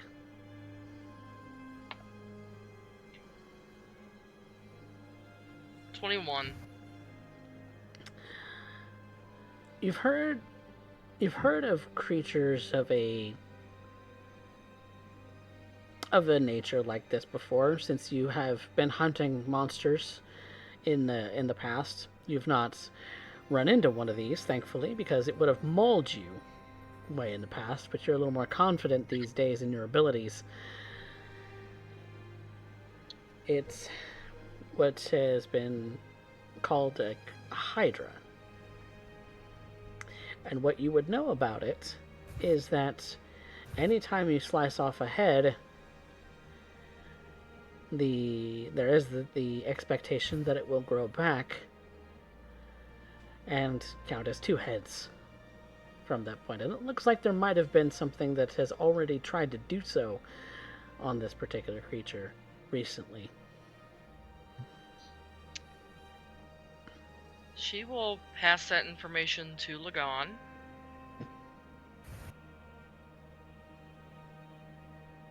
I'm debating.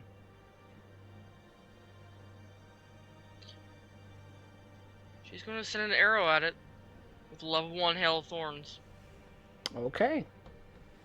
Then, you know what? I forgot to grab my journal. Let me get my journal so we can roll initiative.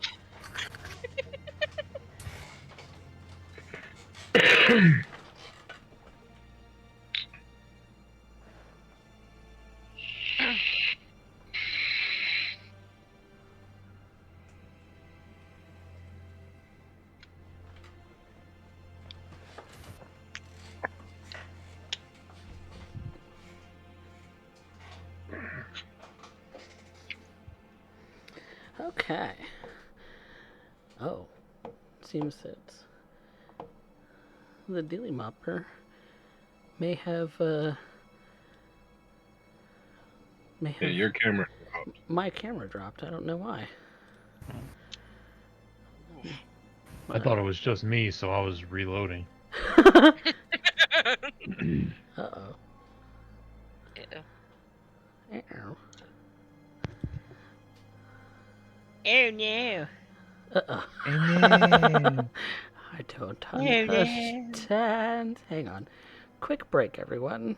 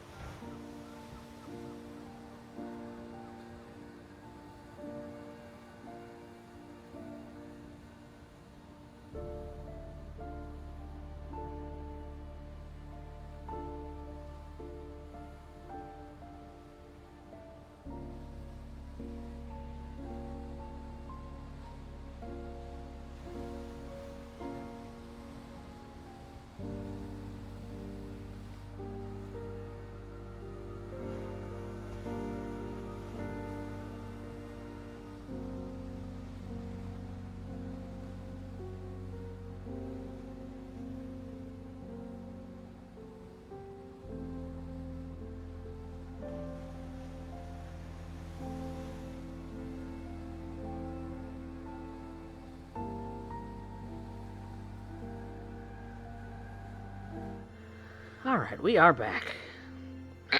So, we need some initiative rolls. So, let's go ahead and do that. It.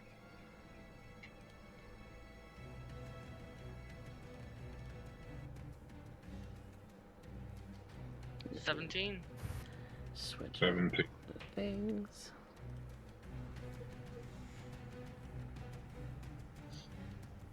Yeah, you're gonna go first because I know your dex is way higher than mine. So that's where it is. You are over here in this corner. More like, Okay. let me actually move you on screen. Because I imagine you would have done a little bit of that. So maybe like right here. So Yeah, you can see something him over like here, that. which is actually higher up. He's probably gonna have to than I'm showing you, but that's where he's gonna be. So we have Lagon and Vanya at 17. Vanya going first. Yeah.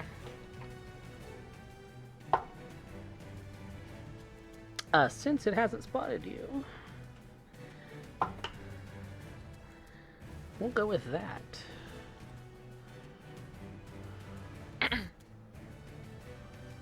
Okay.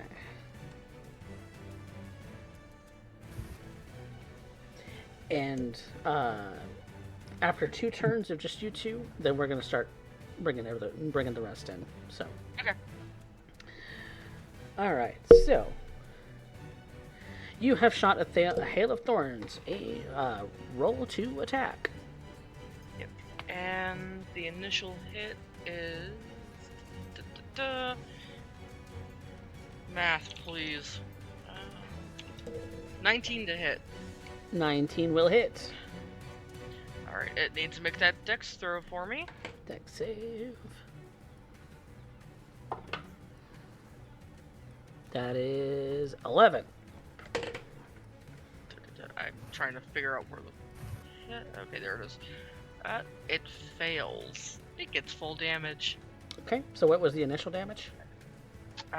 Initial damage is 10. Hail of Thorns damage.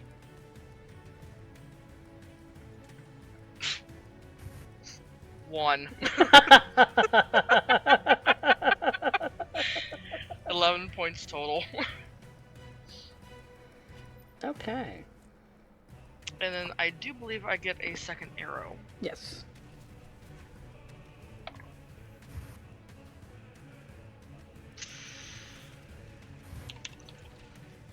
Hi, yeah, I'd like to have my thing, please. 23 to hit. Hits. That's 11 more points of damage. Okay. Good to know. Can you not hit my keyboard, please? Thank you.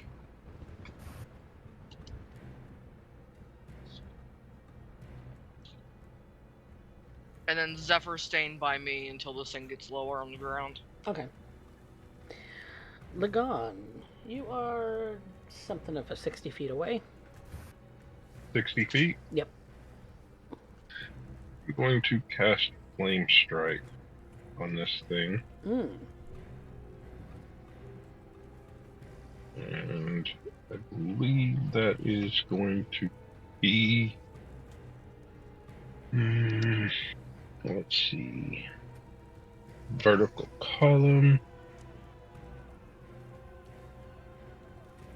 10-foot radius, 40-foot high cylinder. Which means you are going to catch the trees around you on fire, too. Just letting everybody know where they need to go.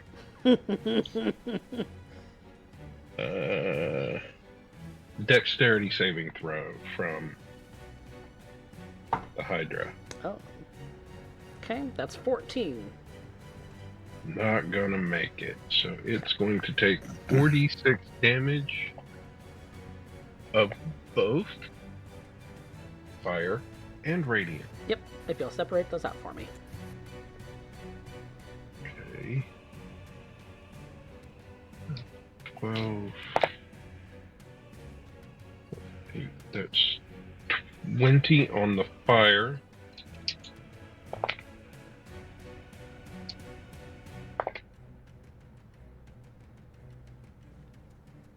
And 19 on the radiant.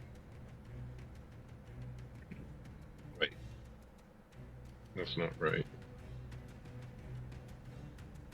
Is it? Oh, that's 8. Yes, that's 20. 10. No, that's 19. So. Okay. Well, you see that your flame strike has essentially eviscerated and melted one of the heads off of the Hydra, cauterizing that wound very quickly. Okay.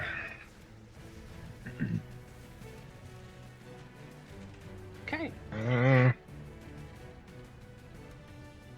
Which one am I? You are right here. I'm gonna put a little bit of separation between Vanya and I and move closer to this rock formation in front of me. This rock right here. Okay. Yeah. Okay. That end your turn? Yeah. Well, it's pissed. It's very pissed. Understandably so. Uh-huh.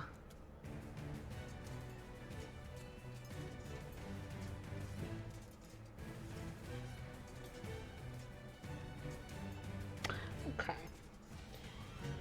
It has decided to, since it was up in the air, to jump down and start coming for Lagon. And since it has 5 heads, it is going to make 5 attacks on you.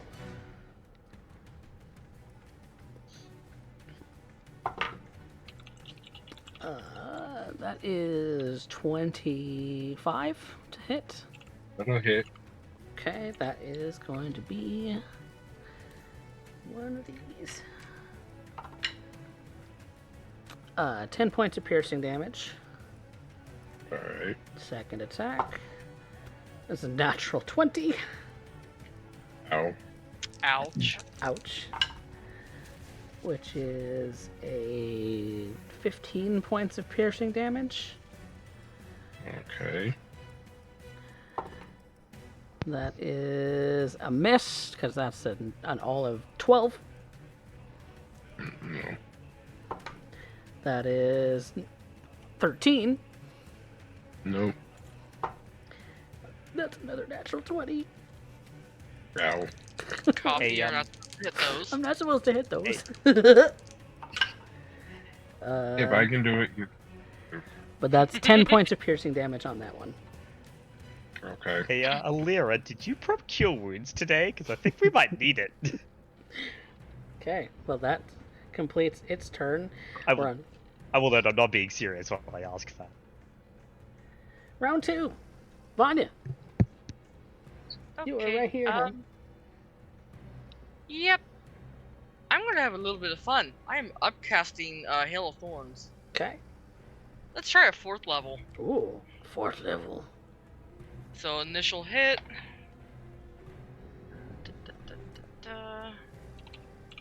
19 to hit. Will hit. Okay, need to make that dex save. That's a 4. Plus 1 is 5.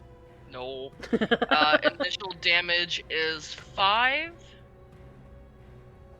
And then let me scroll down to it because I'm an idiot.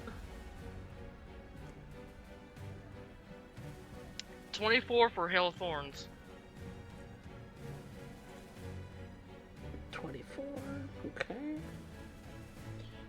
And then Another- second arrow. Another head is removed, but this one is not cauterized. Yet. Yeah. Second arrow. 16 to hit. 16 will hit. Sweet.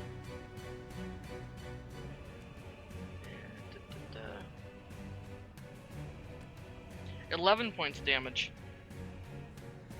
Okay. And then Zephyr's going to run up and bite it.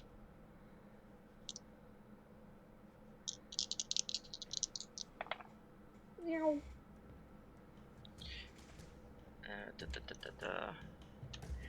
12 to hit. Nope. That's a mess. He goes in to bite, but the scales on this thing are far too sturdy for him to bite through. Damn. Oh, he tried. Okay. And that'll be the end of that. All right. Lagon. Well, go ahead and get this out. I am going to cast 4th level spiritual weapon. Spiritual weapon.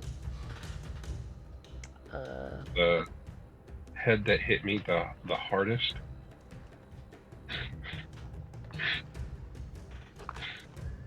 Well, I forgot that you have spiritual weapon, and I forgot to grab it out of my thing, so it's gonna be a wisp. That's fine. That'll work. Oh. Yeah, you said a 16 hit, so I'm pretty sure 3-2. So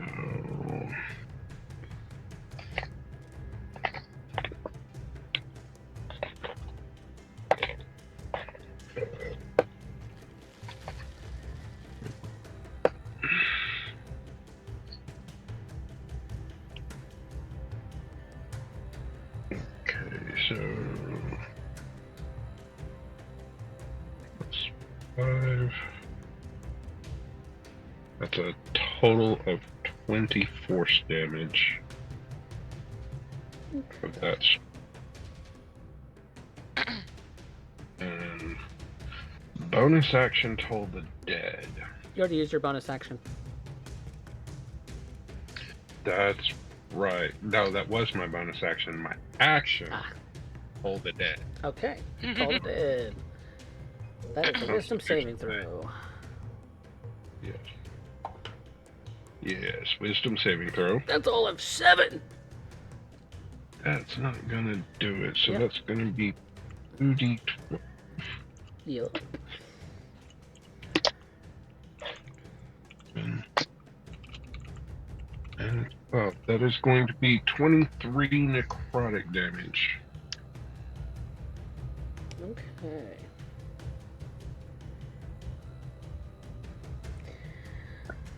And let me look. Staying in range, I'm maneuvering around a little bit. Yeah, that's good. Because I'm not leaving its threat range. Yep. Which brings us back to its turn. So it gets to regain 2 heads.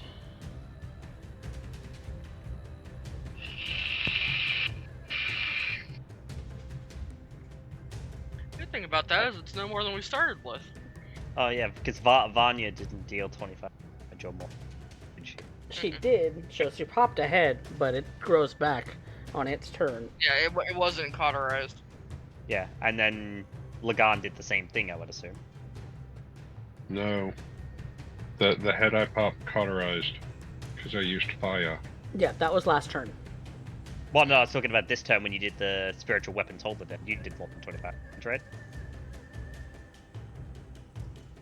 If it takes more than 25 damage or more in a single turn.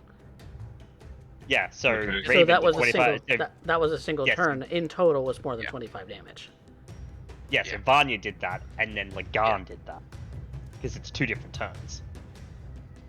So, Yeah, I did 20. and given it didn't take fire, that's not 2 No, heads, right. it's 4. Because for every one that gets destroyed, 2 come back. Given it was 25 damage each across 2 different turns, I mean, if you that's want- 2 heads destroyed. If you want more heads to fight, I'm not gonna say no, but that's how I was reading that. Yeah, no, So- single turn isn't a single round, it's a single turn. That's what makes Hydras dangerous.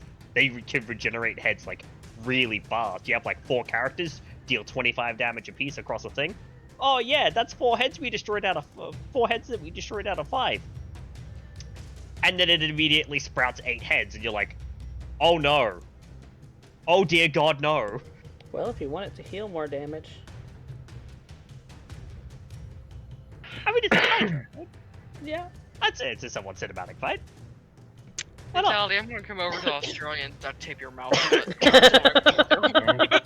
It's mouth shut. I did 23 points with just the Toll the Dead. Yeah. It's not including a spiritual weapon. Yeah, that's 25. Okay, or my more. internet cut out, but I would have pointed out the same thing because while I also point out stuff for us, I will not chip coffee. Yeah. Fair. Y'all are getting your mouths duct taped shut though. Okay. Promise. If not Well- sewn shut. Round 3. Arya. Kaz. Arya and Karobe. Arya and Kurobe, I'm sorry. Arya and Kurobe. Yes. You have seen this pillar of fire just erupt out of the mountainside next, like, nearby to you on the road. It is... Oh, that Or it already seems to be going off. As that is a signature move from one of your friends. I think they found it. We get to fight a Hydra. I pop my wings and I fly fast, like double time. Yep. Yep. And so you'll appear on the scene and have your initiative added to the order. So you will have enough time to move to in range right here. So roll your initiative. That would be a natural 20 for a 19.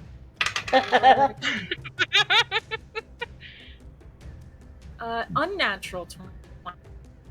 Dirty 20 for Arya. Okay. So Arya, for the purpose of this turn, you will have spent your movement already. What do you do?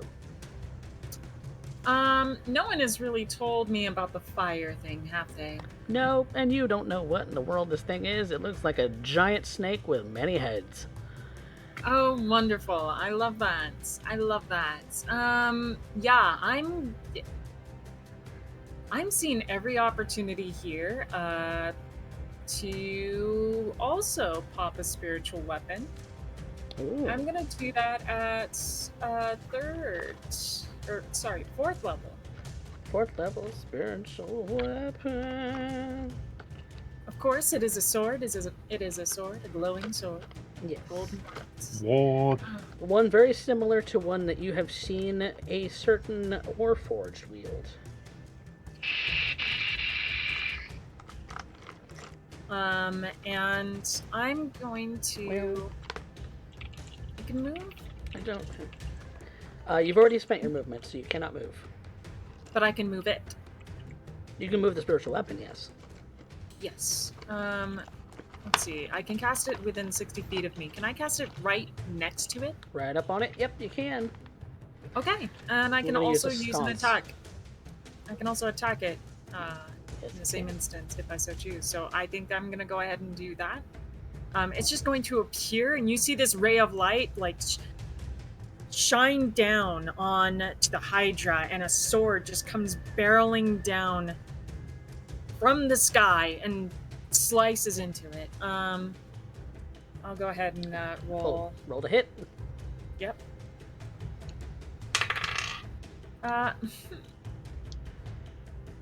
And I don't think that's gonna do it, but 5 plus 8, 8, 9, 10, 11, 12, 13? 13 will not hit.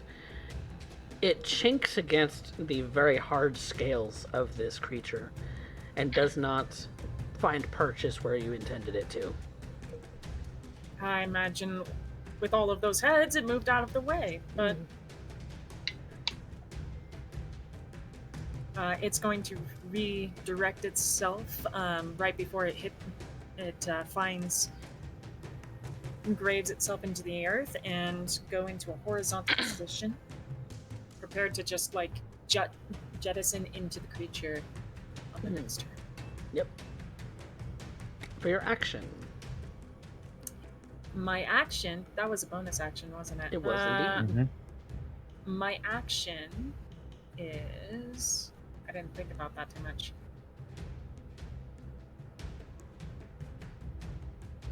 Oh, I know. I'm right next to Kurobe. Yes, you are indeed. I'm gonna give him a pat on his shoulder and say, "You got this, big guy," and give him guidance. Guidance it is. I don't know what he's gonna do, but you have a D4 to add to a number to one ability check of your choice, whatever it is. Okay. Ability check. That's it, I think. Yeah, only ability checks. I don't know if it's going to be useful or not, but good luck. Kurobe, you have spent your movement for the purposes Where of am this I at? turn. You are right here. I'm just going to... I'll get my flame tongue out and activate it, and you're going to see Kurobe take a stance, take a real deep breath, and then a dragon's head's going to appear around his face, and he's going to shoot a firebolt out of his face like he's a Ooh. dragon. Roll to hit. That is an 18 plus a lot. Yep, that's a lot. Roll for damage. And that is 2d10. What the fuck? Mm-hmm. Oh, sorry, I gotta find d10s. 30 10. Got it. Firebolt to Chonky Beast. Yep. That will be 9 points, but remember, mine doesn't do fire, it does radiant. Because we flavored it with bullshit. Radiant it is. Alright. Unfortunately for this, but...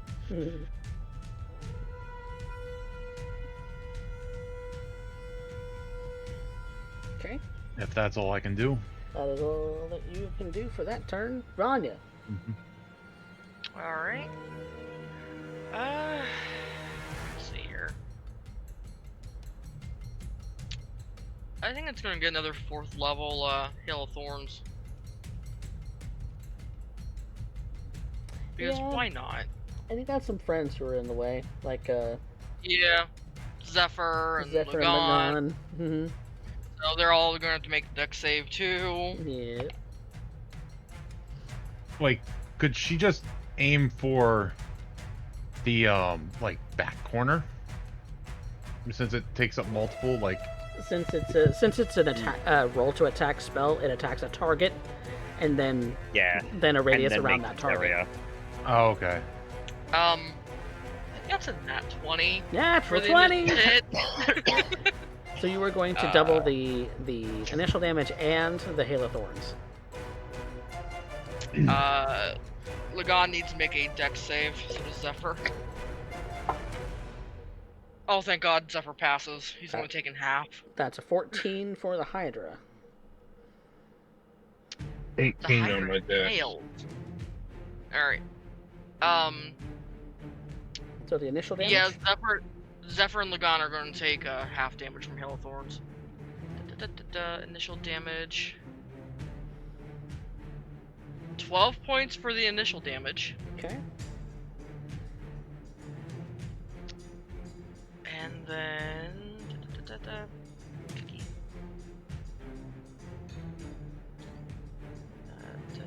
So, Lagan and Zephyr are going to be taking 27, and Hydra's taking 54.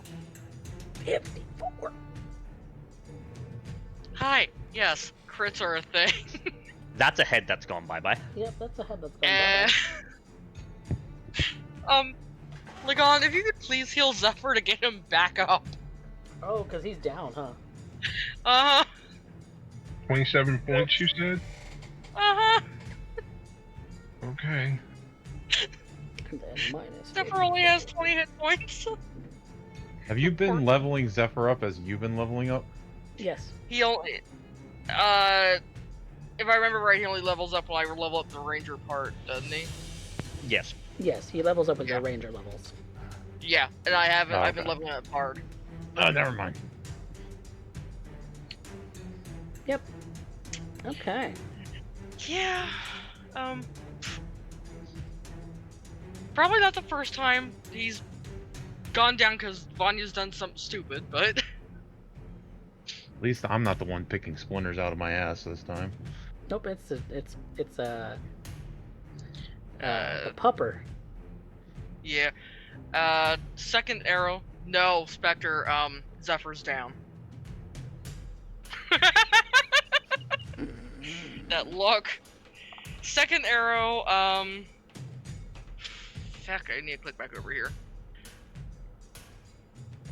Well, the good news is Zephyr can't attack this turn.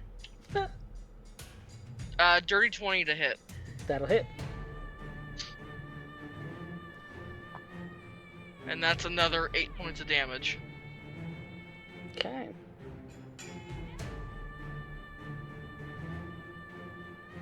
I can't math. God, I cannot math. Neither can I. Okay. Which brings us to Lagan. Okay. So, Lagan is going to use a second level Cure Wounds on Zephyr. Okay. Thank you. We need our puppy.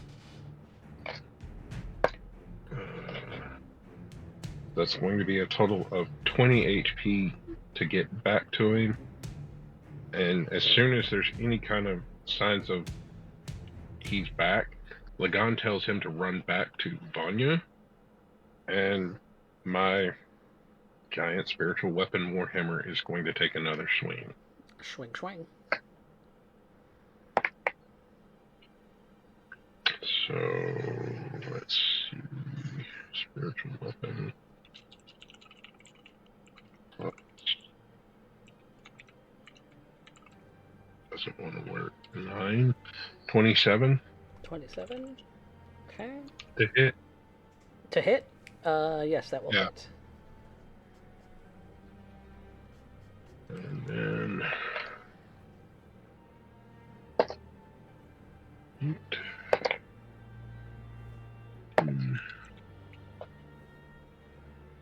Two.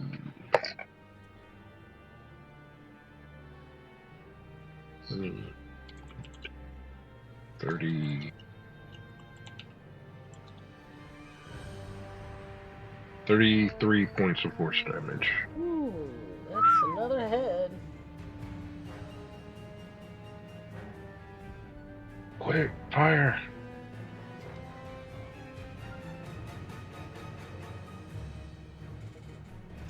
The only head that hasn't grown is the one that I cauterized over there.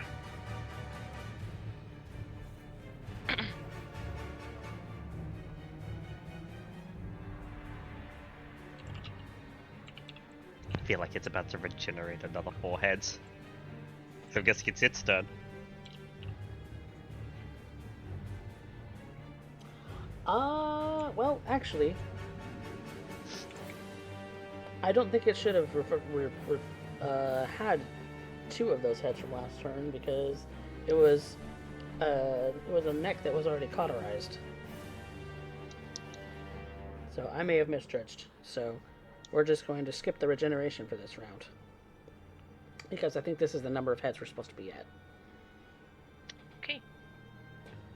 6 melted to 5, knocked down to 4, back up to 6. Knocked down to 4. It started with 5. It started with 6. Yeah, and it started with 6. Started with 6? Oh, Yeah, Down to 5, cauterized. Down to 4 because of Raven. It's right at 2. Back up to 6. Next Okay. round, down to 4 because of Lagan and thing. No fire damage. Up to 8. And then Kurobe and Arya came in. Kurobe didn't deal enough damage. Arya didn't deal enough damage. Vanya and Lagan did, so that would knock it down another 2, and it would regenerate another 4 this round. Okay. So we're at a total of what is that? Because I don't know it. 10. 10. 10 heads. Oh, 10. oh no, I may have picked the wrong monster. Well, it's fine. Well, to be fair, Lagan has now pointed out that, yeah, the only one that hasn't grown back was the one that I dealt fire damage to, so... Now, you know, the weakness is known, so it can be handled. Yeah. Also, I mean, there's also Kaz and Alira who are also aware of the weakness because they read about it in that book. Yep. Which Now here's the question I don't remember. Is it only up to 25 a round, or is every 25 a round? It's 25 or more damage in a turn. so a single Yeah, person has to deal that much for a head to pop. Yeah, So you can't pop It- multiple heads on a turn. not at the same time. No, Okay. because your turn and Lagan's turn, for instance, are very different things, and that each one must be a total of 25 or more. Okay. When you do get it down low, though, if 4 people deal 25, say you get it down to 4 heads, and then 4 people deal 25 or more damage in a turn, when all the heads die, the Hydra dies regardless of how much HP it actually has left. Okay.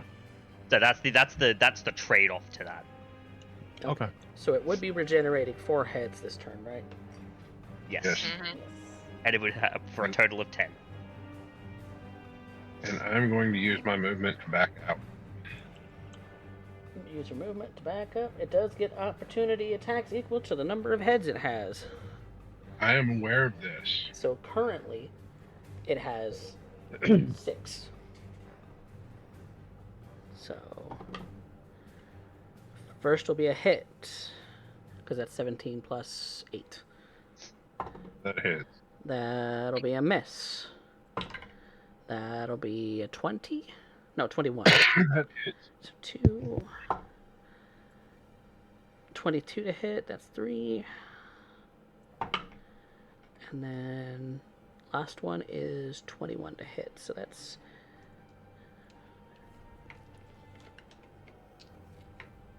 1d10 plus 5 each. So that's 10, 20, 26, 26 plus 14, that's 40 total piercing damage as you walk away. And Lagan drops. As you kind of stumble closer to your party members, you just kind of fall face first into Wait, the dirt. really? I thought you had more HP than that. I've already been hit. Mm-hmm. Several times. Ah, right, yes. That's the opportunity attack as Lagan is walking away, which does bring us to its turn. And it regenerates 4 heads. 4 heads. Let's see, how many do I have? Okay. So we're just setting these on here. So we've got 10 heads.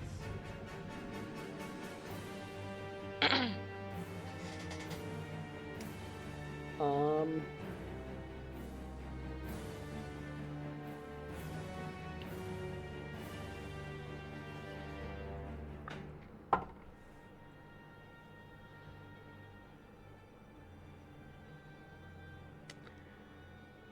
Is it looking injured? It is looking very injured, but it's regenerating. Hmm. As Well, you I'm can about to tell, injure it really, really badly. Yeah, I was deciding whether or not it was going to detect whether Zephyr's moving or not, and Zephyr would probably still be on his side, even after being healed at the moment. yeah, because he hasn't had a turn to get up yet. Mm-mm. Let's Saving see. graces. and if it's the Moving one some thing that this space. thing's not, it's smart. No. It is not very smart because it made a 12 on a perception, so it's just going to sidestep him and come after the rest of you. Oh, good. And lose some of its heads in the process. Yeah, they're all falling off because they're not attached. But it has 10 heads, so it's going to attack each of you pretty equally. I see. So Vanya's going to get a couple of attacks from one of its heads. Ooh, that's a 27 to hit. What was it to hit? 27. Yeah, that's gonna hit. It's gonna hurt. Ooh, that's 14 damage. Okay. Attack number 2 on Vanya. That's probably a miss because that's a 15 to hit. That misses. Misses. Okay, so that's 2 attacks on Thank Vanya. God. We're gonna do 2 attacks on Kurobe. First one is a 26. That generally hits. That's gonna be 14 piercing damage. Okay. Second attack is a 20, dirty 20. That generally hits too. And that's gonna be 12 piercing. 12 piercing damage. Then we're gonna do 2 hits on Arya. Okay. First one is 6 plus 8. That's 14. That is sufficient. Hits. That's 8 piercing damage. Okay. And then 18 to hit. That'll be sufficient. And that is 7 points of piercing damage. So it's got 4 attacks left.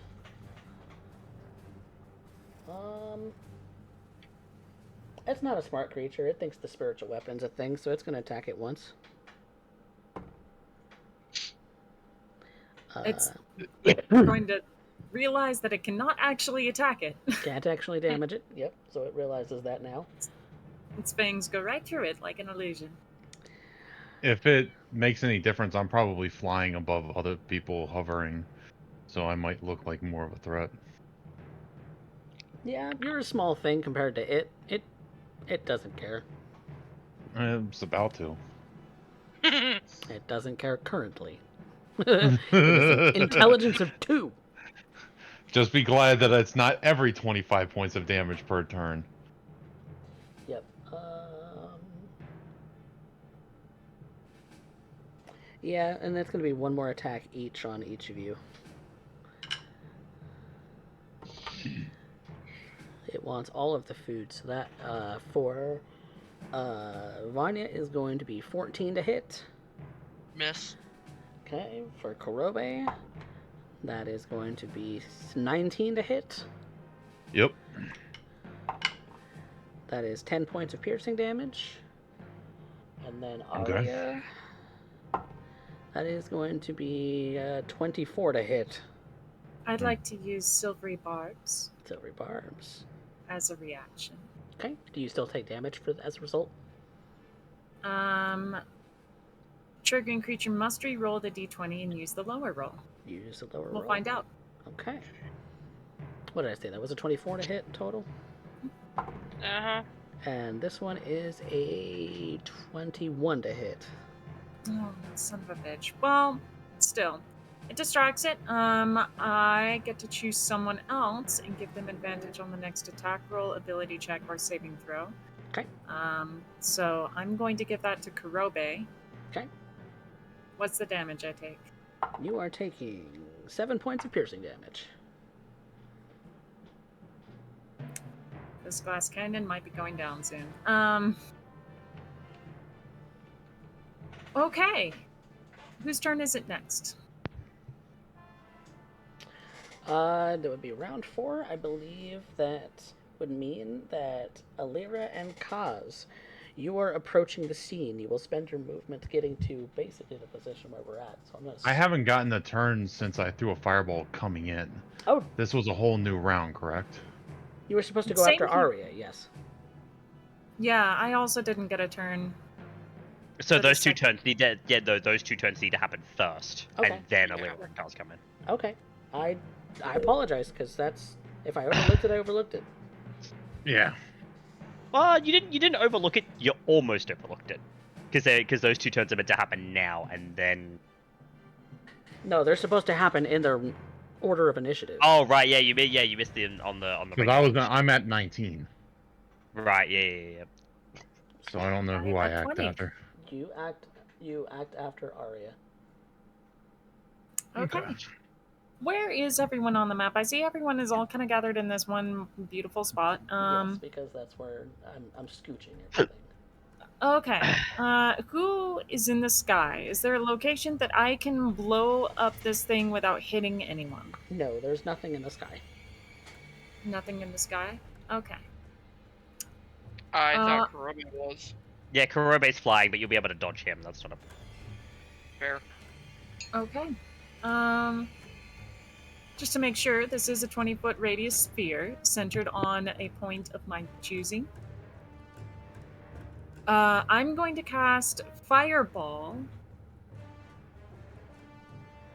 first and foremost at fuck you strength. We're going to put it at 4th level. Okay. So it must make a dexterity saving throw.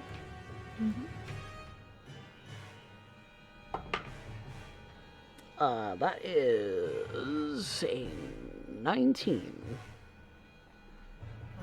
Well, it still takes half damage. And so that's going to be 9d6.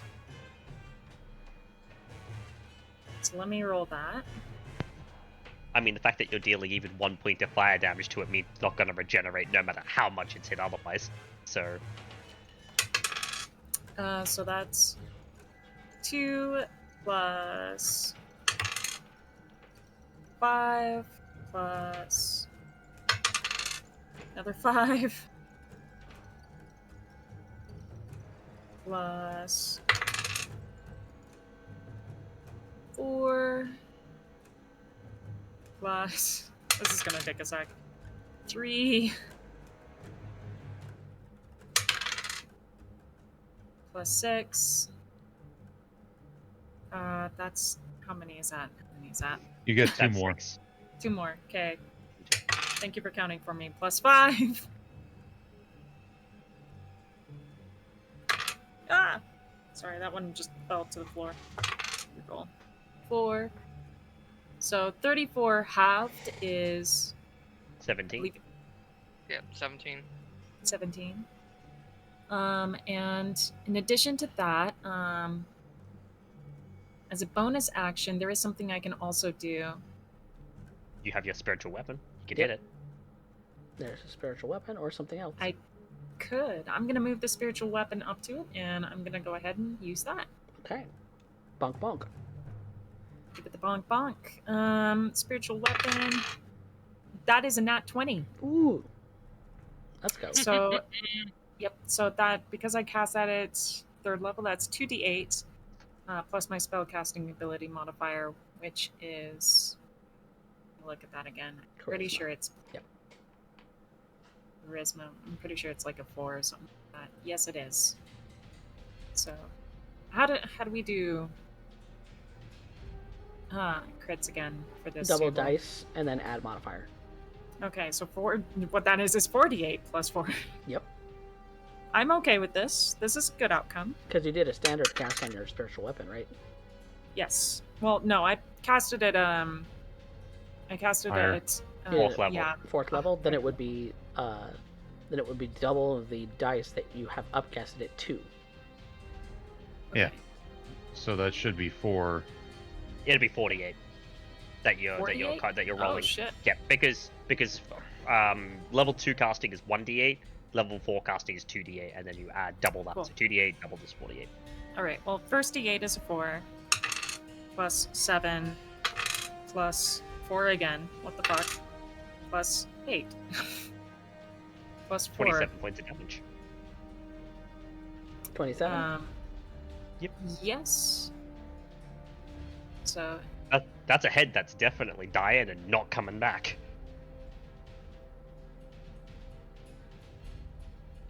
indubitably. In fact, all the heads that have died, that will die. I have no idea where I'm at head-wise anymore, so... You'll be at 9 right now. Because I don't know what happened before this turn and what happened after this turn, so... We're just going to start initiative again. Don't Well, worry, gotta don't give worry me- about that. I'm counting. I still have to go coffee Yep. before we Go go to ahead. the top Go. of the next Yep. Go ahead. one. All right. And you have advantage because of my silvery barbs. So Nice. have fun.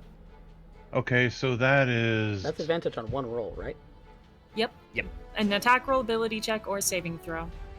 I'm going to use a fighting spirit anyways, so that I have advantage on all attacks this round. Okay. And I gain temporary hit points. So that will be a 25 to hit. Hits. Now, I know taking fire damage is significant. It doesn't take extra, correct? No, does not take extra.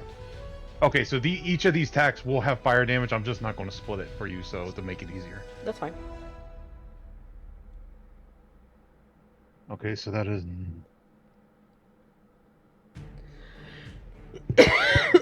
So that's 17 damage for the first hit.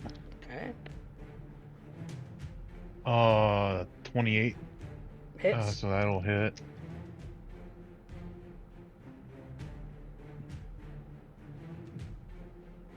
That will be 19 damage for the second hit. Action surge. Alright, go ahead. That'll hit.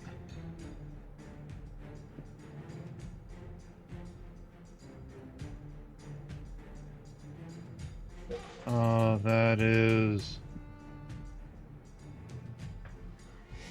18 damage for the third hit. Mm-hmm. And does a 19 hit? Yes. Okay.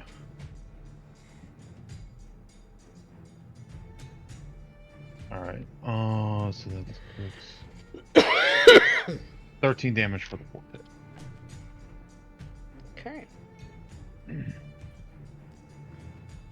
I'm going to be flying up into its face and just start attacking heads and punching and kicking and gathering as much attention as I can. Yep. During that turn between the two of you, you popped 2 heads off. And so we're down to 7. So where are we in And they're- initiative? So I lost track. So now we're at the So- top. Yep, we're at the top where Kaz and Alira are going to come in. Okay. So we're on turn 4? Yes. Turn 4.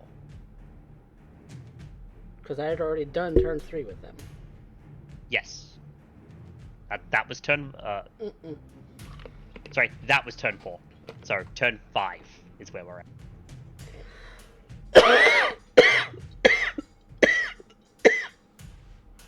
Okay. Yes, yes. Which would Turn mean 5. that Vanya and Lagon go next. Ah, okay. Because we're on turn 4. Yep. Da, da, da.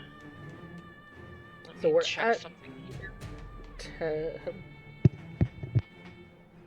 I've lost track of everything now.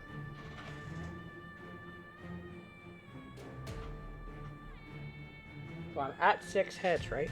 Or 8. You're at Uh, 7, I believe you're at 8. yeah, 8 heads. It's 8 heads. Both have been cauterized. You're good. Okay, well, Vanya, how do you want to do this? Because it's only got 11 hit points left. Really? Yep. I was going to take the turn to heal up Lagan because Lagan's down. But, Whatever order you want to do it in. yeah, I'm going to get Lagan up. So that's going to be, going over to him with a 3rd level Cure Wounds. Okay. And he gets back 15 points. Alrighty. So Lagarde is no longer dying. Nope. No longer dying. Which means, Lagan, you get a turn. Finish it, big guy!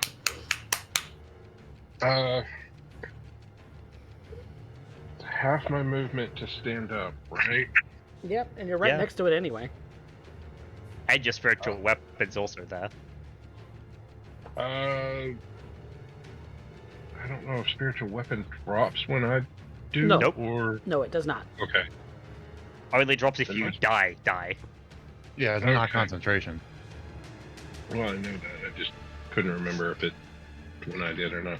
Nope. Then it is going to move to protect me and pop this fucker. Yeah, let's go.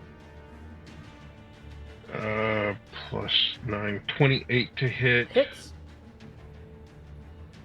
I just look up, and my spiritual weapon moves in front of me and smacks the first head in front of me. Hmm.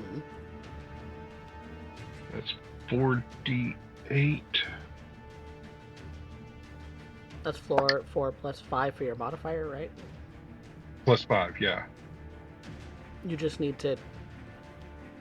you need to roll a Not 6. roll ones. Roll 6 on your damage. I rolled an 8, Yep. so How does your spiritual Wait, weapon Matt- go about doing this? as I said, I look up, the head in front of me, it moves right up and just smacks that head. Almost like I you're imagine clapping the going 2 through hammers the together. head. Yes. Which catches all of the heads and downs the thing.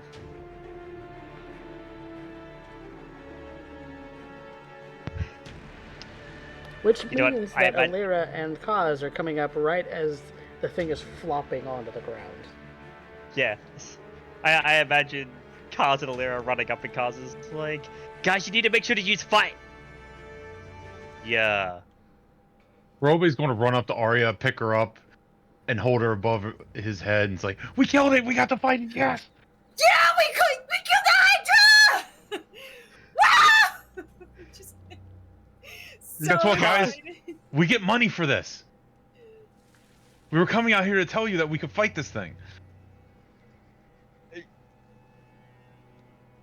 Kaz just... Roby literally is acting like a little kid on Christmas. Like, he You did got... so good, everyone! Also, no one died. This is fantastic. All right, who's hurt? You don't look so good. I'm going to walk over and put my hand on Lagan and do healing hands. Zephyr's Which kind will of make him... limping Oh. over. Oh, Never sorry. mind. I'm going to go touch The Zephyr Zephyr's- because... We both Zephyr's healed the back at dog. full health. Oh, Yeah, Zephyr's because- back at full health. Yeah, Well, he's at because full health, Lagan's but he already looks got- Yeah. ragged. Yeah. Yeah. I'm so sorry, baby. Okay, so you heal You're 12 usually points quicker than from that. me. 12 Okay. points of- Hey, Kaz looks to Alira in this moment.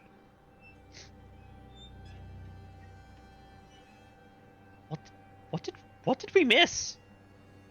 They're screaming and... Huh? We found out about this thing and we both wanted to fight it. Meanwhile, Lagan and I just stumbled across it.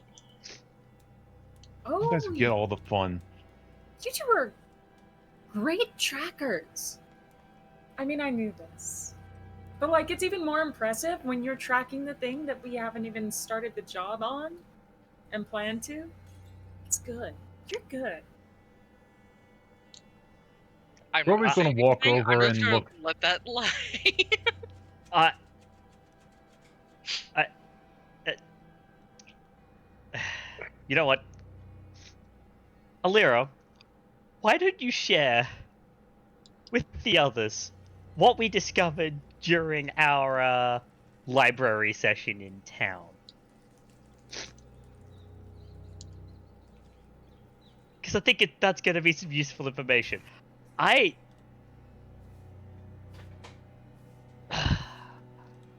don't even know. Don't know. Just gonna quickly look to the Hydra to make sure that it's dead. Kurobe is going to hear talk about books and go over to the Hydra and see if there's anything useful to be harvested, meat, heads. At least take a head or two back as proof that we killed it. Everyone else seems to be more or less healing up. I'm gonna go over to Lagan. Yep. You did awesome. Gonna heal him with healing hands as well. I'm gonna use my divine something or other. I forgot what it was called, but it lets me add extra healing to that. So that would be 9 plus. Look at my abilities.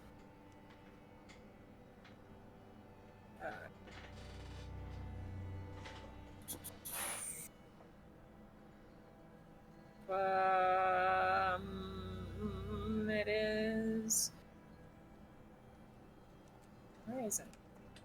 Where is it? There's something that lets me. I don't know. But.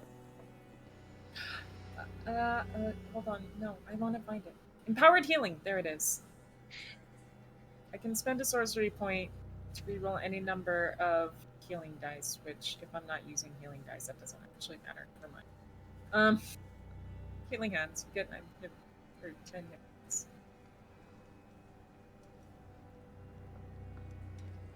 Healing hands can be used more than once? I thought it was a once per day. Well, the last time I used it Was last night. was last night. Oh. So it is once per day. I'm so dumb. Look. It's been a session. Mm. Yeah. So. I know it's not much. But, like, that was really cool.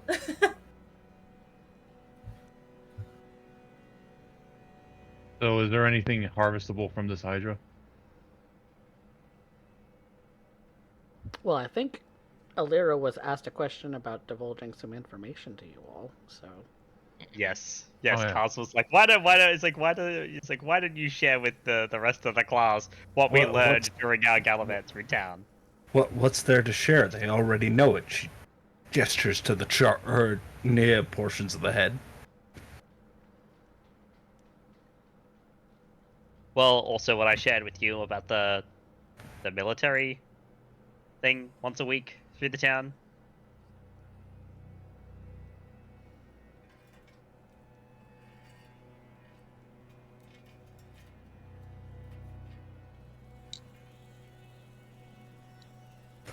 I'm sorry, I only have visions of you in a library involving sheep at this point.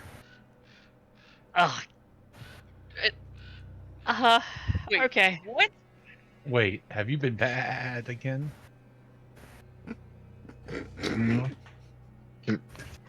I'm not gonna lie, I'm deflecting. I legitimately can't remember any details of it.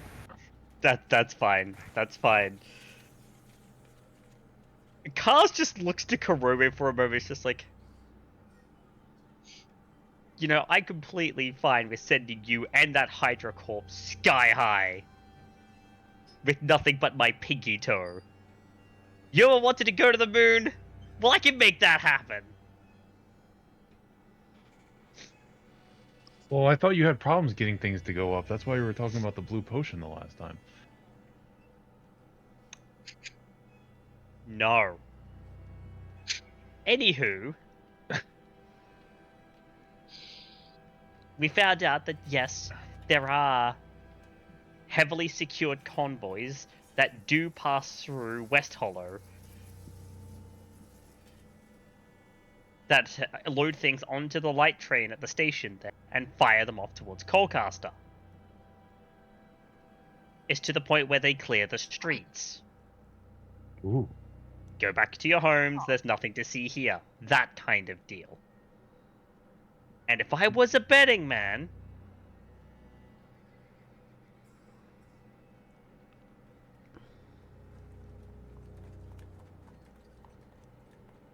So, yeah, highly productive time.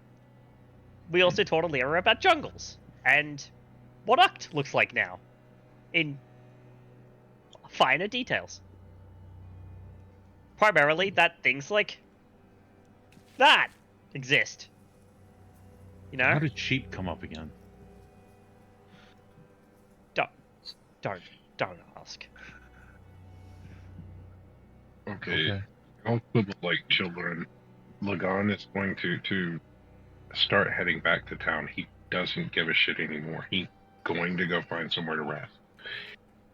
Badly injured, badly hurt, bloody all over. Lots of items everywhere. But y'all figure this out. See y'all later.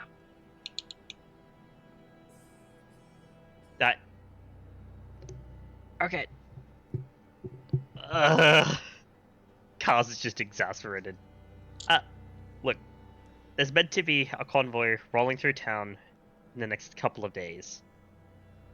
We can either waylay them before we get there, or we could ambush them in town. I think and maybe before sneak onto town the would light be rail. better. Before town means no guards. Well, No town guards, yes. But there will be infantry. Large number. it's still better than adding in the town guards on top of it.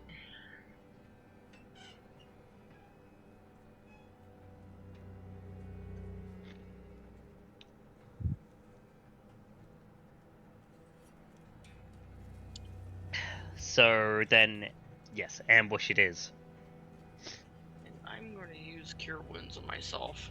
I think Yeah, it hurts.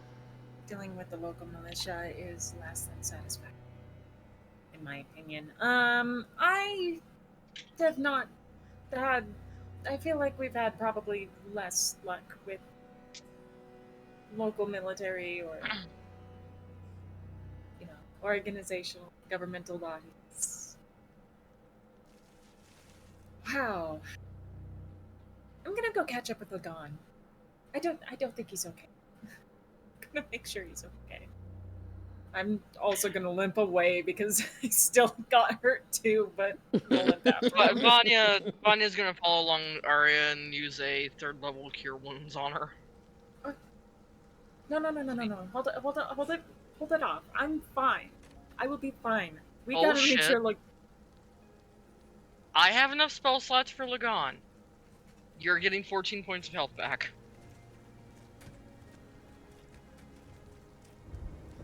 you were really. I am not about to let you limp out of here like that. Arya's just going to grab Vanya's face and kiss her and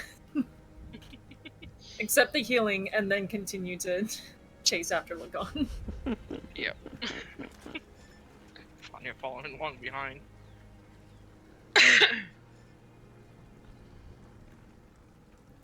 Leaving Alira, Karobe, and Kaz, unless they're heading back towards town too. Someone needs to grab evidence. Well, like I said, is any of this useful? Nature check. Okay, I was hoping for survival. Could I argue survival? The nature check. Okay, well, that's -2. As opposed to +6. You could ask some of your party members to help. Wait, you guys read on this shit. Is any of this shit useful or edible? I'll provide him advantage. Okay, Oh, cool. at advantage. Alright, so, 17.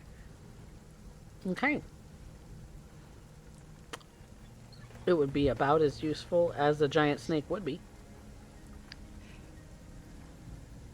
Yeah, no venom. Meat isn't that great, honestly. I know very little Yeah, about that. hydras aren't really good for anything aside like maybe turning their hide into leather. Yeah, For armor. the meat's very tough. It's snakeskin leather. If you wanted to make snakeskin leather out of the hide, I want to put all the heads in a bag and skin it. Then. okay, take That's several gonna take hours. a while. Several hours Yeah. to do. Because that's a lot of that's a lot of skin. Yep. That's a lot of Well, snake. snakes, like if you after you kind of like gut it and you basically peel it off. Mm-hmm. Yeah.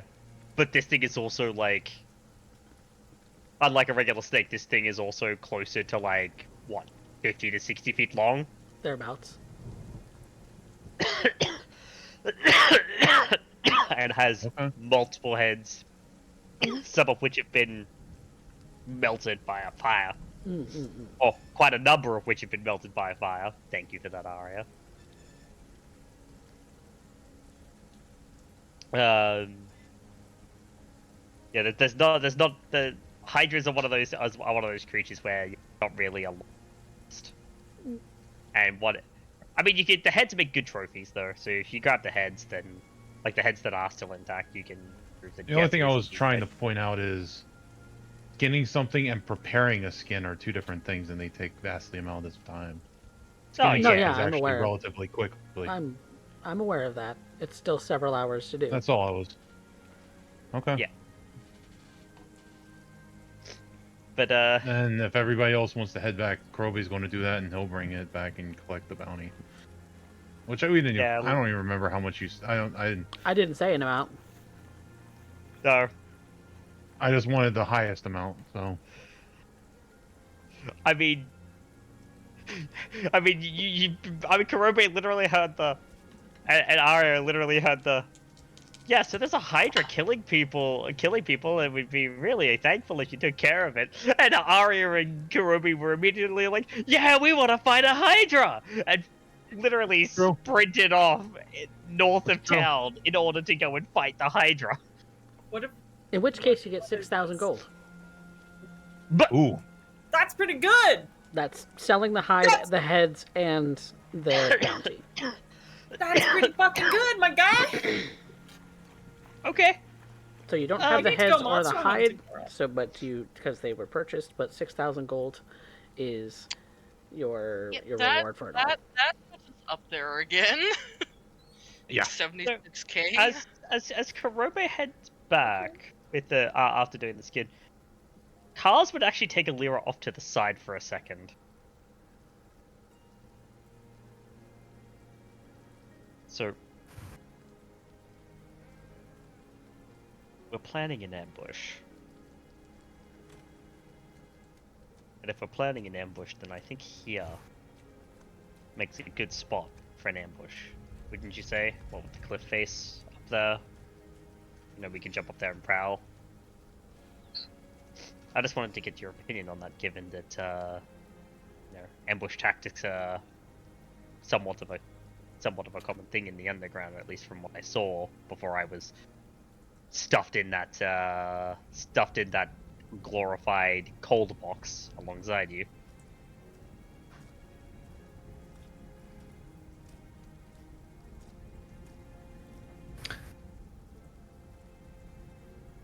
Coffee, would you be able to give me a better understanding of the scene? Like, what am I at? What is Alira actually looking at? And what Kaz is presenting? Okay. So the road at this particular juncture kind of goes alongside a sort of cliff face. There's a sheer cliff face nearby with a bit of an overhang over top that is very rocky and craggy. It's part of the mountains that are nearby. There's plenty of tree cover. There's plenty. The road itself is the only thing that it doesn't really have grass or greenery on it. The surrounding other side of the road is very well forested, and fairly thick forested, where it would be hard to travel. Okay, so it's sheer cliff, road, thick forest. Yep. The Hydra was what came off of that sort of lip that came off of the cliff.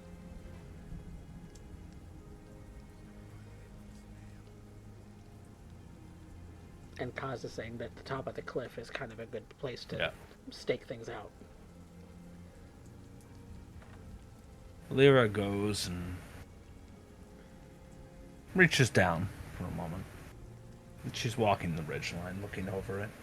Delicate balance for taking one of those stones and placing it down at the edge of the cliff there. And then walking the ridgeline. How large did you say this transport vehicle was? This wagon or whatever else they use up here? Would I have gotten, from my karate, would I have gotten an idea of the size of the convoy? Several wagons, probably about 20 foot long each. Some of them are a little longer, some are a little shorter. Alright. So she walks out the pace. She's been around wagons. She's been lurking in marketplaces. So, she's got an idea. Good idea, yep. And she just walks it. You can see that her steps are measured. Like, she is actually measuring out 3 or 4. This is important.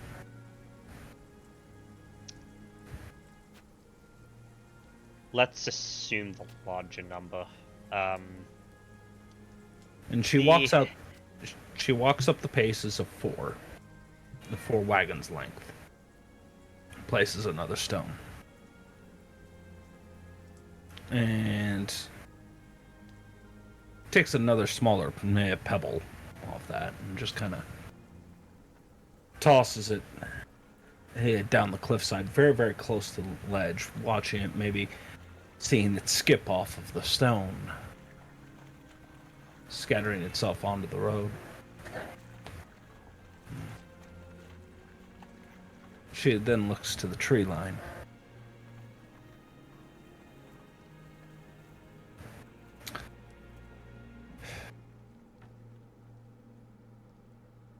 It's going to take hours in order to end up making this work.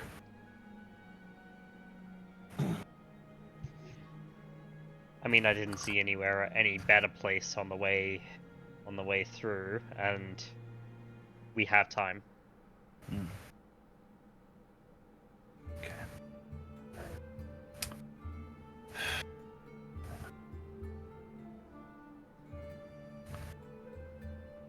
There are spiders inside the Underdark that have a very unusual method. They don't spin webs as you would expect. Instead, they place themselves inside small caverns in the walls.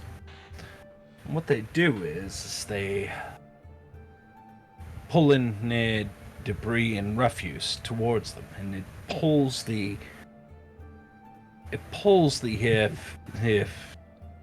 prey, and they're pushed by the debris into its own jaws, sealing away no way of escape.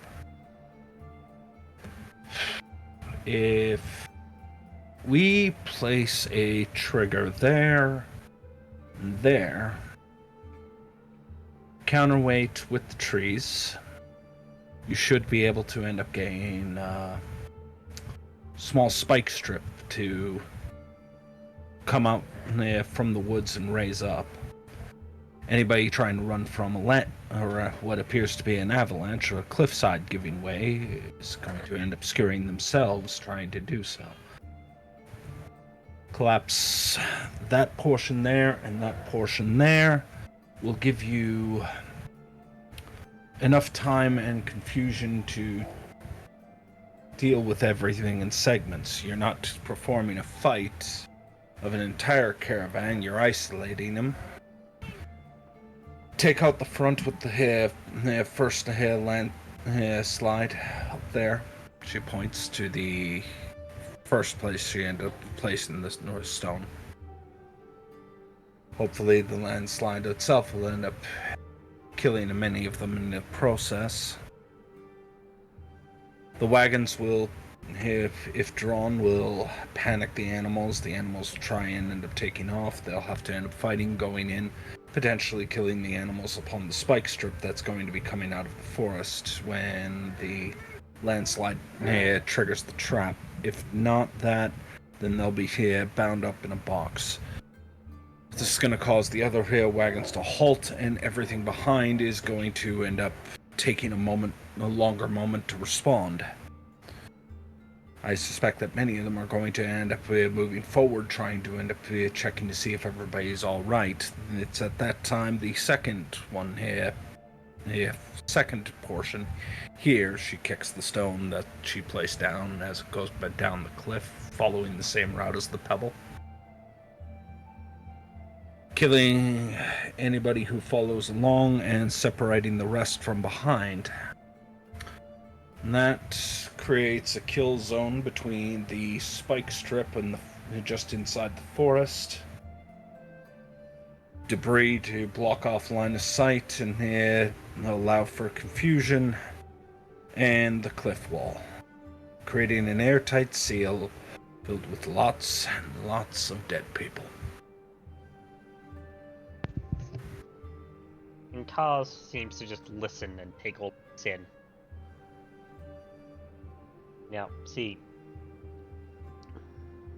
I know the others may have had a problem with putting it quite like that, but this is why I asked for your opinion. The art of the ambush is something that I figured you experience. If not from your own experience, then from watching creatures at the Underdark do things. I think that works nicely, though. Should.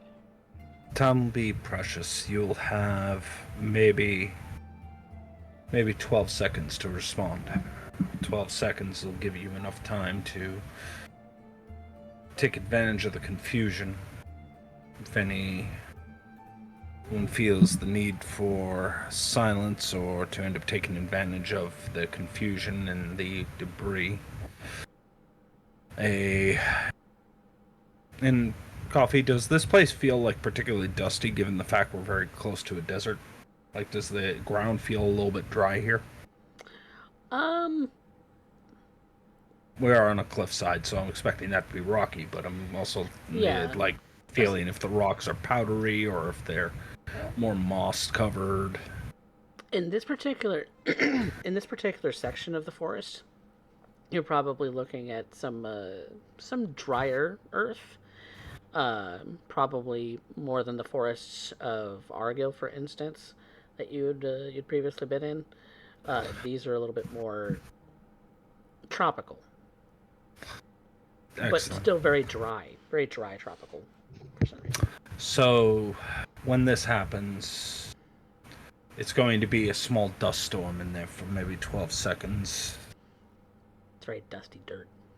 Those who get caught up in it will be blinded to what's happening, allowing the spike strip to be more effective in that regard. But you're going to end up having them. The rear guard is going to come up from the edge, that point of the ridge.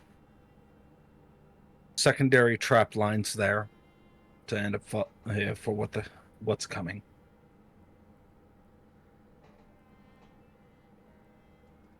Kurobe and Lagan should rappel down in the middle of the dust storm, allowing them to be close quarters. Everybody will be trapped at a kill cage with those two. Arya and Vanya should end up taking this ridge up here. You should be just behind the forest, behind the spike strip. catch anyone who makes it through. It allows you to end up also being able to come in from a different angle intact, just in case. Look on. It may be dusty, but there are going to be those who spot the repelling. Vanya doesn't need to fire into the dust. Vanya just needs to keep everybody else from climbing up the debris that's going to come down, so that they don't end up doing any long range into the kill cage. And it'll also have the benefit of trying to draw everybody else to try and take the high ground advantage away from them, causing a split in the group. And that split in the group is how we ended up cleaning this up. Good, Hopefully and the then rock. we can... Go ahead.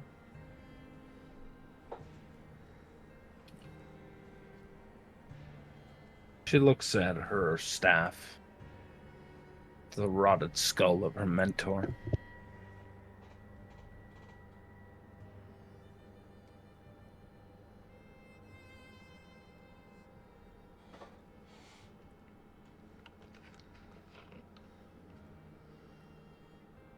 Guess we're going back into it again, Gulant.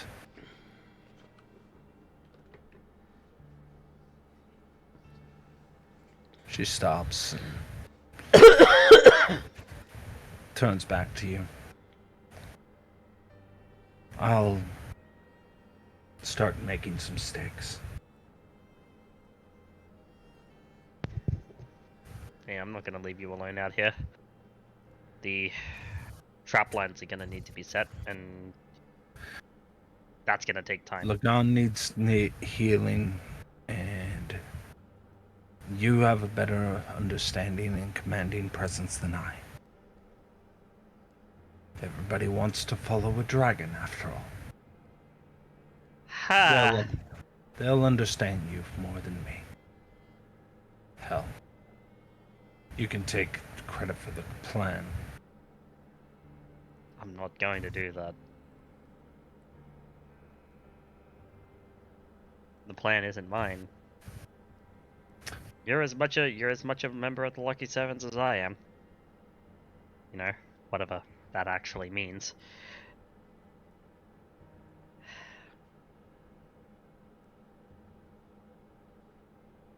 I think the others simply just got so wrapped up in their victory that they forgot what we were actually here to do. And so you're not going to be out here alone getting everything set up. I'm going to make sure of that. Just get familiar with the terrain. That small amount of familiarity is what's going to make the difference. They may know the roads, but they don't know the bush. And no one will know what it's like afterwards. We're about to end up bringing stone and wood and fury down upon them.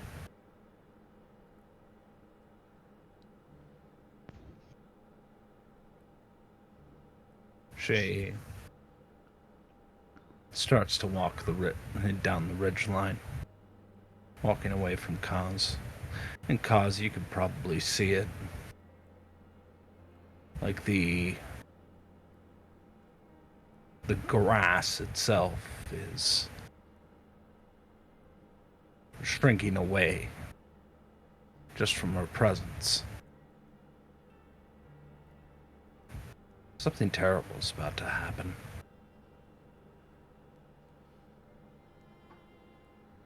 Something terrible indeed in the corpse.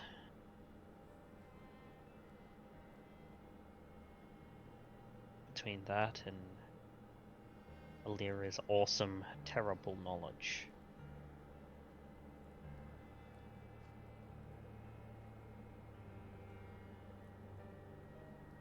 Kaz would kind of, in that front, just kind of do as Alira says. Acquaint himself with the nearby brushland and forest. The size of the trees. where to pop up.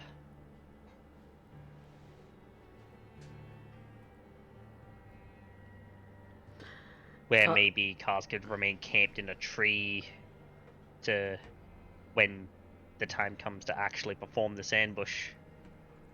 Because obviously standing on the ground is going to have him noticed. He's going to need to stay up high and drop down on someone. So he's looking for everything.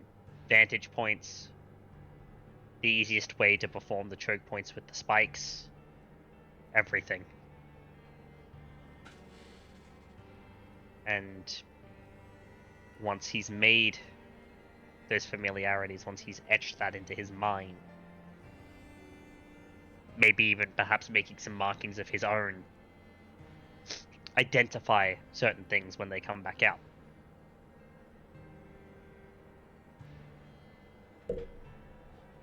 He'd make a call to Alira to say that he was going to head back down and rendezvous with the others to tell them of the plan.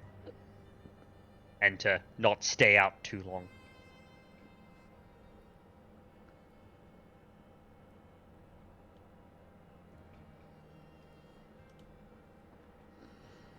She's just gonna get to work. It's a lot of work. Maybe have a day or maybe two. And there are also other smaller travelers on the road that you do have to keep in mind for, as whether you want to be spotted or whether you don't. That's another thing to keep in mind. So, the two of you set up into the night for the first little bit. Meanwhile, leaving our other four, who have caught up to each other, I'm sure.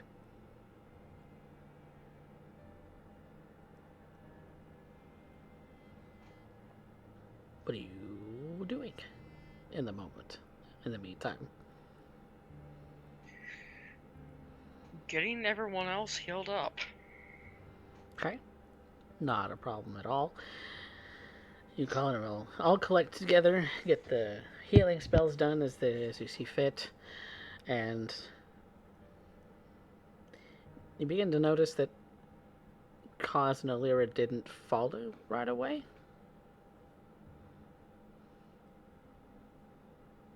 They did say they wanted to set up an ambush.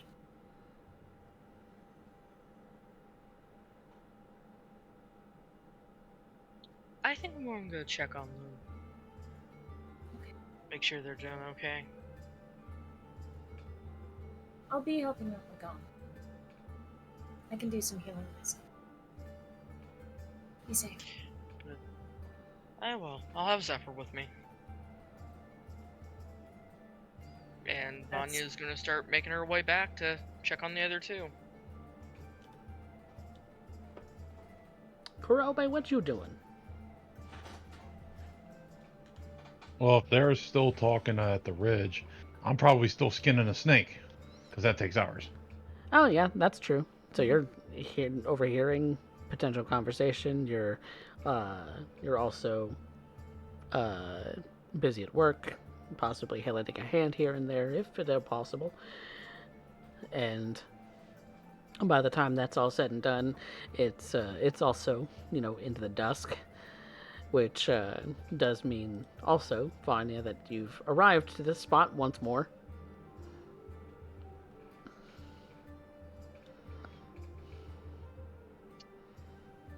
She's gonna look for Lyra.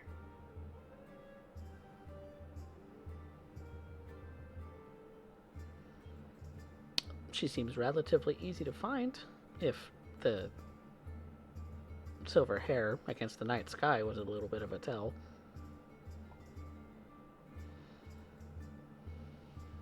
How are things going out here? Need any more help? You would see her at this point carrying a lot, or just taking a lot of stones. Probably even more awkward when you end up seeing her doing the pulling, like as if she's a pull mule in a giant spider form. For the larger pieces, boulders in that regard. using a combination of webbing and everything else she just seems to be collecting on the hillside.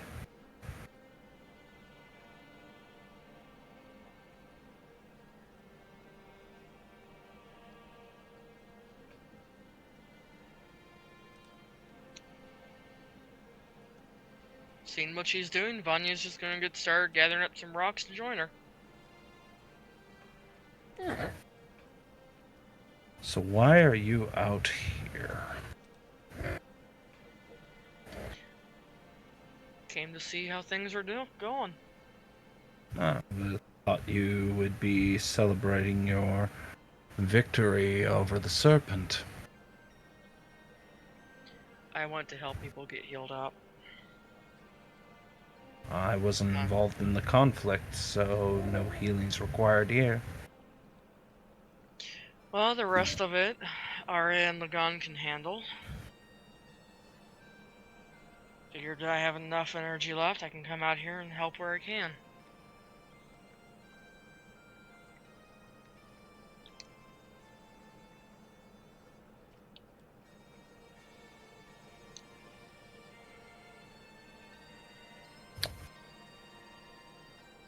You don't strike me as the type. That's the type to what?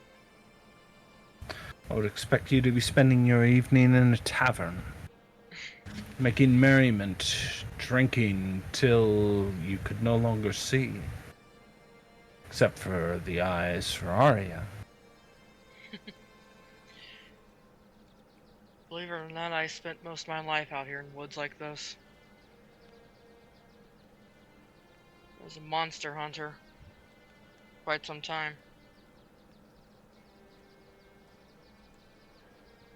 I'd say I'm at home out here.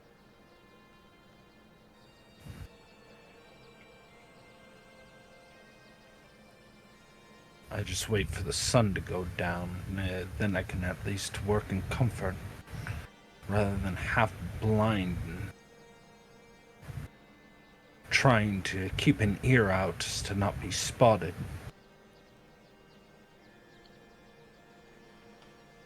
I honestly wish I knew of a better way to help you with that. Nothing to help. You would be asking for a fish to suddenly no longer ask for water. Yeah, that's true enough, but...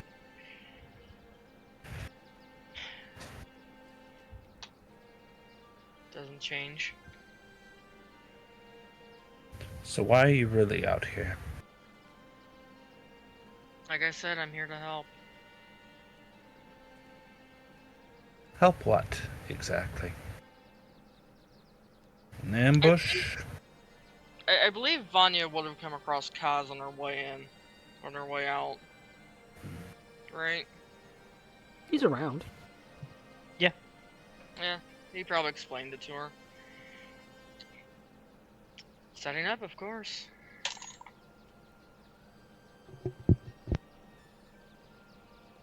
I don't like it. I don't like it one bit. The plan or me being here?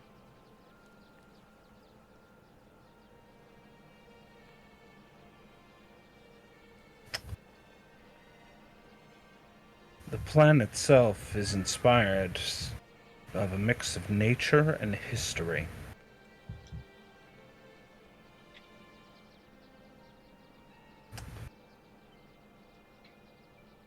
What do you know of my people? Little bard? Only the little that you've told me. That's right. And there's much I have not told you. And what we are endeavoring to do here is pulled from a very dark time in our history.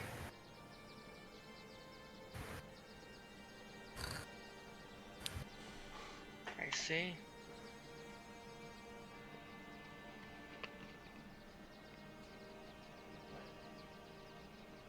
What we are about to do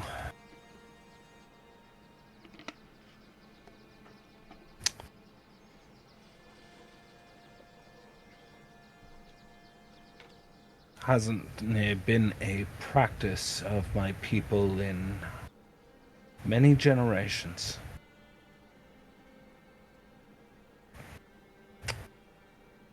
And yet you're reviving it.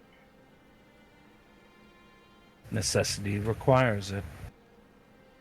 I don't have my house here. I do not have the armaments or the manpower of my queen offered up. I do not have access to the guild artisans to craft a clever contraption that would allow us to do so without undue problems. All I have is the earth, the trees, the insects, the inspiration brought forth from a world I am only still just now learning.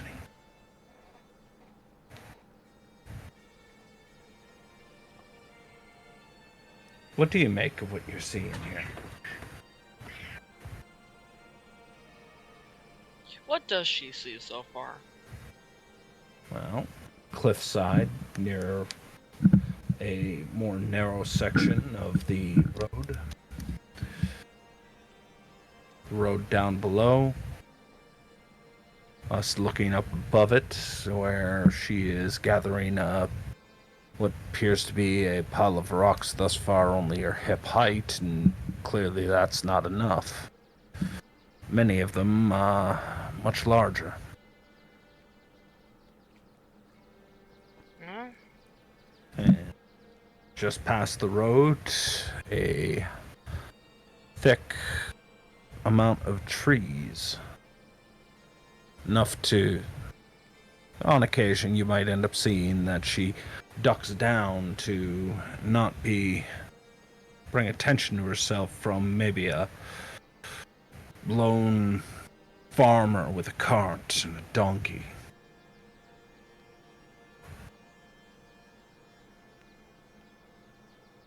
I see part of what seems to be a very clever trap, if I am reading this right. Hardly clever.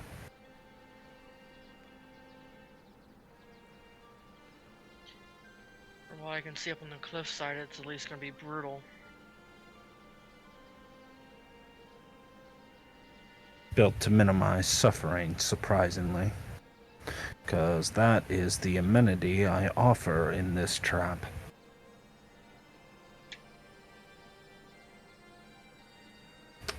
Because that's not what its original design was for.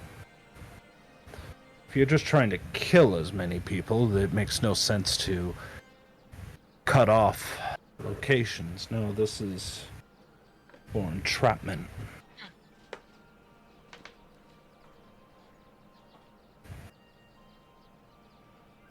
This is specifically made so that you can capture live prey.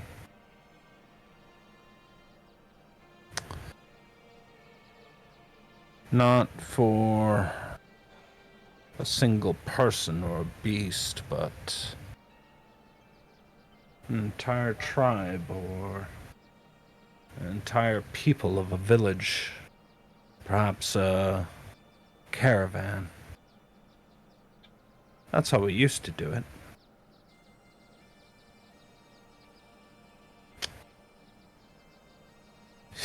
A creature like you would have ended up selling for quite a high price back then. I have no doubt.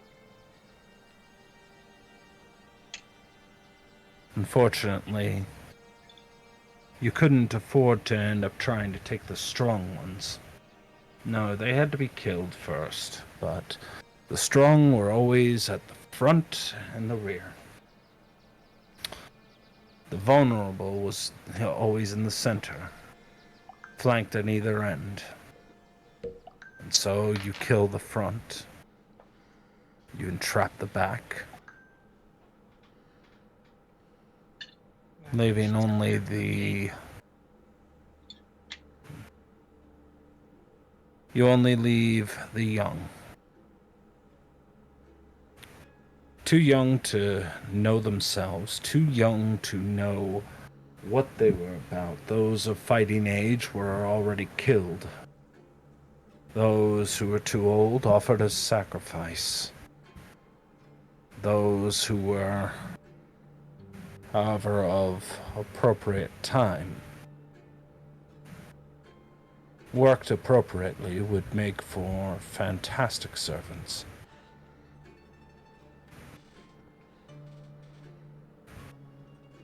That's what this is. It's a slaver's trap. Modified. Dark history.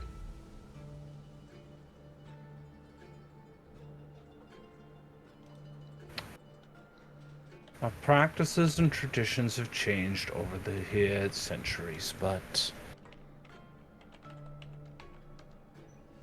one doesn't forget such things so easily. And now I am building them again. And all I can think about is how many in my house have bound because of this exact setup. And now I am teaching surface dwellers how to entrap and ensnare their own en masse. Now I am teaching how to become something incredibly vicious and cruel, designed in a mind that's almost akin to a virus that only sees a host and a usefulness in how to commit atrocity. And that is why Kaz came to me. Because that's what was required.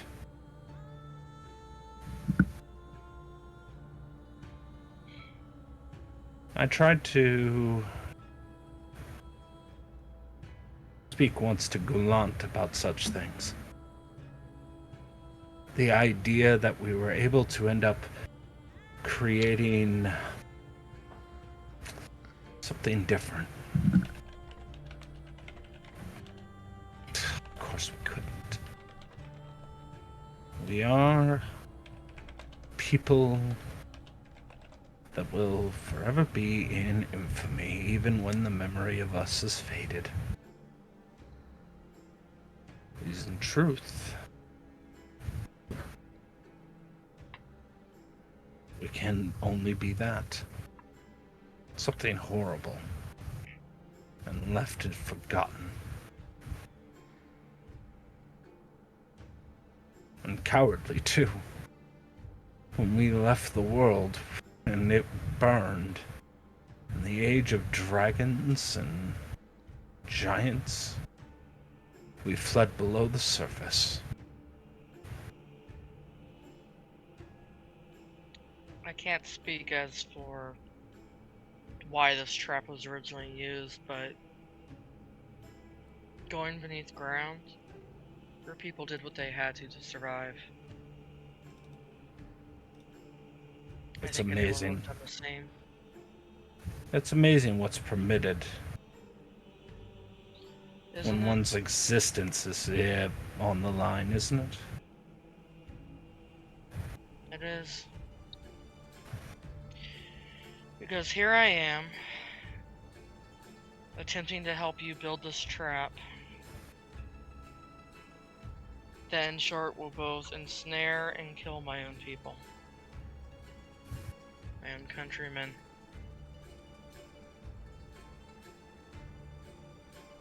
All in the name of stopping some larger evil.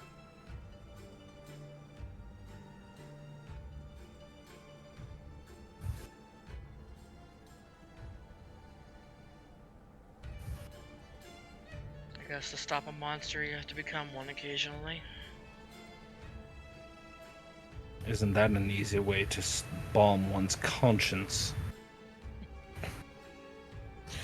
To end up becoming that deluded.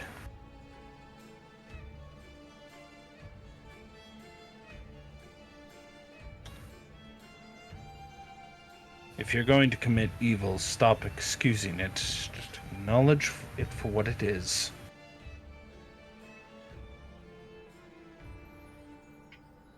I'll keep that in mind.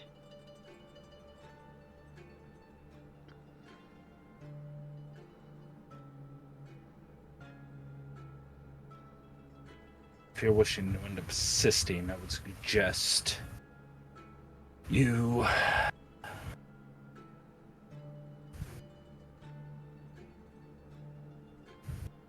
assist Kaz. Any place I shouldn't step already? No, I'm simply assembling the rocks beforehand. The real difficult part will be me being in the woods. Spike strips with counterweight to raise only after the first rocks have fallen. Take advantage of the confusion. A panicked animal doesn't look where it runs. It's very easy to shepherd. Now that, I understand. I'll leave you to it then. And she'll go and start helping Kaz.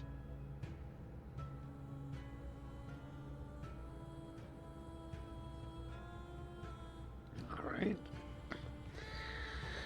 You put together the trap over the course of this night and the following day, setting in motion, hopefully, to catch something that will provide you the clues that you're looking for to tackle this greater evil. But I think for now, we will bring this session to an end, and we will pick up next time with the ambush going off and see where it leads. Thank you guys for playing. Thank you. Thanks. Thank to... you. God, I should make noises like that, not with my throat the way that. Yes, your throat has been suffering the ick, and so do not hurt and yourself. The rest of me. Please don't. But yes, thank you, Armin. Armin came in with a raid just right there at the tail end, and a very heavy moment. So thank you guys for raiding in anyway. We're very happy to have raiders. So yeah. Thank you, Raiders. Yeah. Welcome to the show. I hope you like. Yes. Yes. We're here with the moral quandaries. Always here with the moral quandaries. That's constant with this group. Constantly. Nah, I hope they hate us. I hope they hate watch us. I need some discourse in the chat so I can argue with people. Hey. Hate watching is a noble affair. That sacrifice being made so others don't have to endure. A view is a view. Hey, Lamau. This is the same energy as sorry. $20 is $20. It really does. But yes. I am poor right now. Anybody have $20? Hey, not me. Don't look at me. But that being said, we welcome in everyone as we're closing up the session for tonight. Our party fought a Hydra and killed it in basically 4 rounds. So We almost died. One of our teammates went down hey, for like a second. yeah, for a second. Also, the Dude, dog went down, and that Yeah. freaked us all the hell out. Right, everybody loves the dog. Oh shit, the However, dog! the dog went down because his owner's a fucking dumbass. And I'm gonna upcast. This is Hail what of happens Thorns. when you throw a Crits. grenade around a dog. It tries to bring it back. I'm gonna upcast Hail of Thorns. Rolls a crit on the initial roll. Well, fuck. there we go. Nothing but good decisions. Hopefully that's clear enough. All right. Well, Yeah. with that being said, let's move on to some experience because we have some experience to get out to get out the door. The audience poll is up there in the chat, so feel free. Even though the Raiders, you just came in at the very tail end, whoever you enjoyed listening to, towards the tail end, or if you've been a long-time lurker, feel free to punch in your vote because I don't care how long you've been watching. Put in your vote. We got 15 people out in the audience right now, so let's get some votes going. So, while that's cooking, we're going to jump into our experience that I dish out as the DM because I'm arbitrary and like things arbitrarily. The way that we do things is I do give 5 experience for each of my players for showing up, and I had a full cast today, so yoo-hoo! First Hey. time in a long time. First time in a Yay. while. Yep. First time in a while. And for you out in the audience out there, the experience to level up is 10 times the number of levels that they will be reaching. So that's why it's experience at 5. And then we dish out a little bit more for what was accomplished today, which you fought a Hydra, and we're in the process of setting up a trap to thwart some bad guys. So I'm going to give you another 5. So that's 10 total for y'all. That's one step closer towards that level 11 I think that some of you are approaching. And then we also talk about some roleplay prompts, which our cast members decide amongst themselves, which is kind of how the audience favorite also works, is that it's 1 experience point for who pushed the plot, who had the best scene, who had the best line, and of course our audience and their favorite based on the poll. So, who was pushing plot today? Personal or main plot or otherwise? I'm gonna end up giving that over to Kurobe. Kurobe. Kurobe. Oh. Kurobe. I'm curious. I'm not even sure why. What's the justification there, Derek? So, got the Hydra, got us into the location, ended up deciding to end up getting the gold required for what we're going to need to do after this plan, because if this goes the way I think it might, things are going to end up going horrible, in which case that gold is going to be very required. That, and we literally had 2 people commit it to the become an audience member of a fight because he ended up saying, fuck yeah, right along his side to Arya, to end up saying we're tackling a goddamn Hydra. With, fun fact, I'm disappointed because that would have been the first time I've ever tackled the Hydra. I've been playing this game for years. I have never got an opportunity to tackle Hydra. And I'm right there. Yeah, and it's going to be... I get to roll for initiative to get in, right? And it's dead. I shouldn't have action surged. No, it's all good, man. That's what fighter do. You got it. It's just what fighter do. There'll be more Hydra eventually. Knowing coffee. There might be more in Uct. You don't know. We're literally like, it's gonna be like that one fight from Metal Gear Solid 2 where it's like, oh yeah, it's 20 Metal Gear Rays. Yeah, 20 Hydras. Hope you brought the chat grenades. 20 Hydras, like 6 heads each. Oh, we're fucked. That's the TP. By then, you're knocking them out in one shot. I doubt I Oh no, we're bathing them in fire. So much fire. So much fire. Yeah. Or flump juice. Or love juice. You handle that all on your own, Lyra. I don't. Arya can wax poetic. Only this and nothing more. Quoth the Raven. Fireball! Well, here's the thing. The thing with the flumps, let's be honest, it's not the weirdest thing that has happened with an animal in this party so far. God damn it. Apparently, damn it. according. God damn it. Always bringing it back around. It's I will never never gonna let live this down. die because it is funny. Alira's getting the line for that. Yeah. Yeah. I'm getting a what? Kurobe got the plot pusher, I guess unanimously. Alira got the favorite from tonight. Alira also the got the line from tonight. So who had the best scene?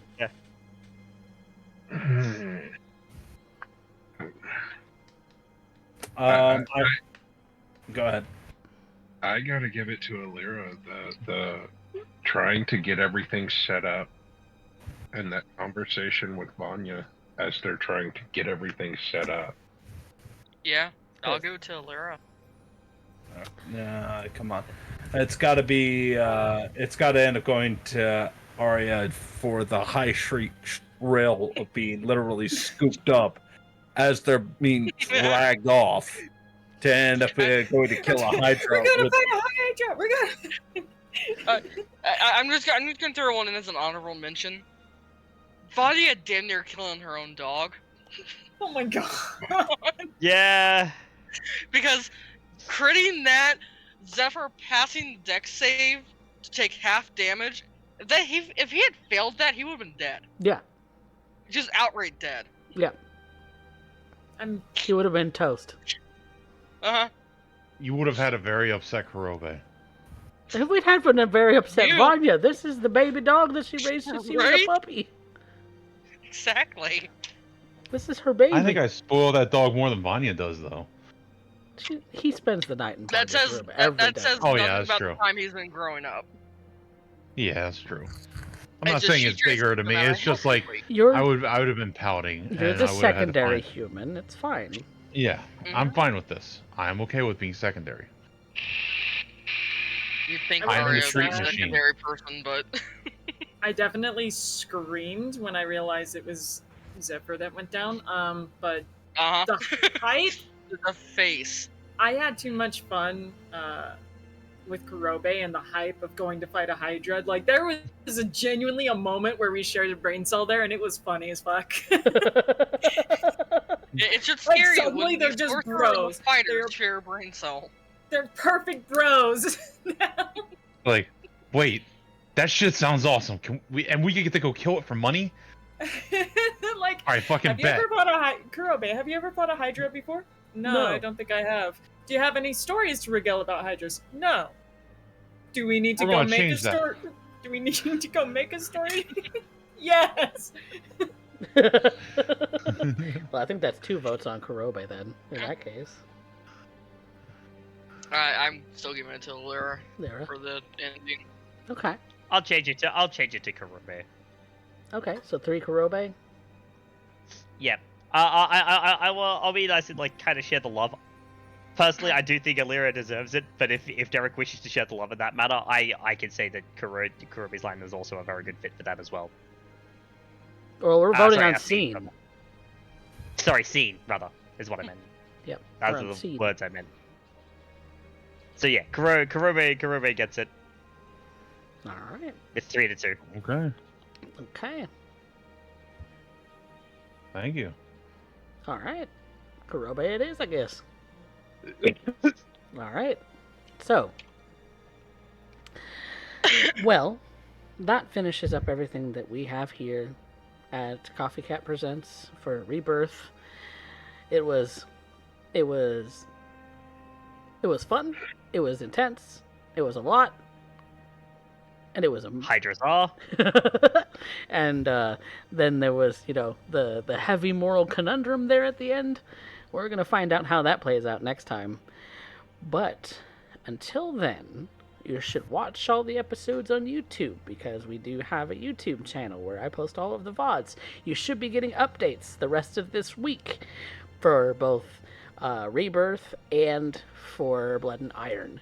As those VODs will all be going up this week, as I tend to VOD dump rather than put them on a regular schedule. Whoops. I probably would have a better shot. I probably would have a better shot at my YouTube channel if it was on a regular schedule. Let's be real. But should go do that. And if you're on YouTube and you have found us that way and you are not following us on Twitch, it's Coffee Cat Presents on Twitch as well. So you should go and do that. That link is usually in the description below. So, yeah.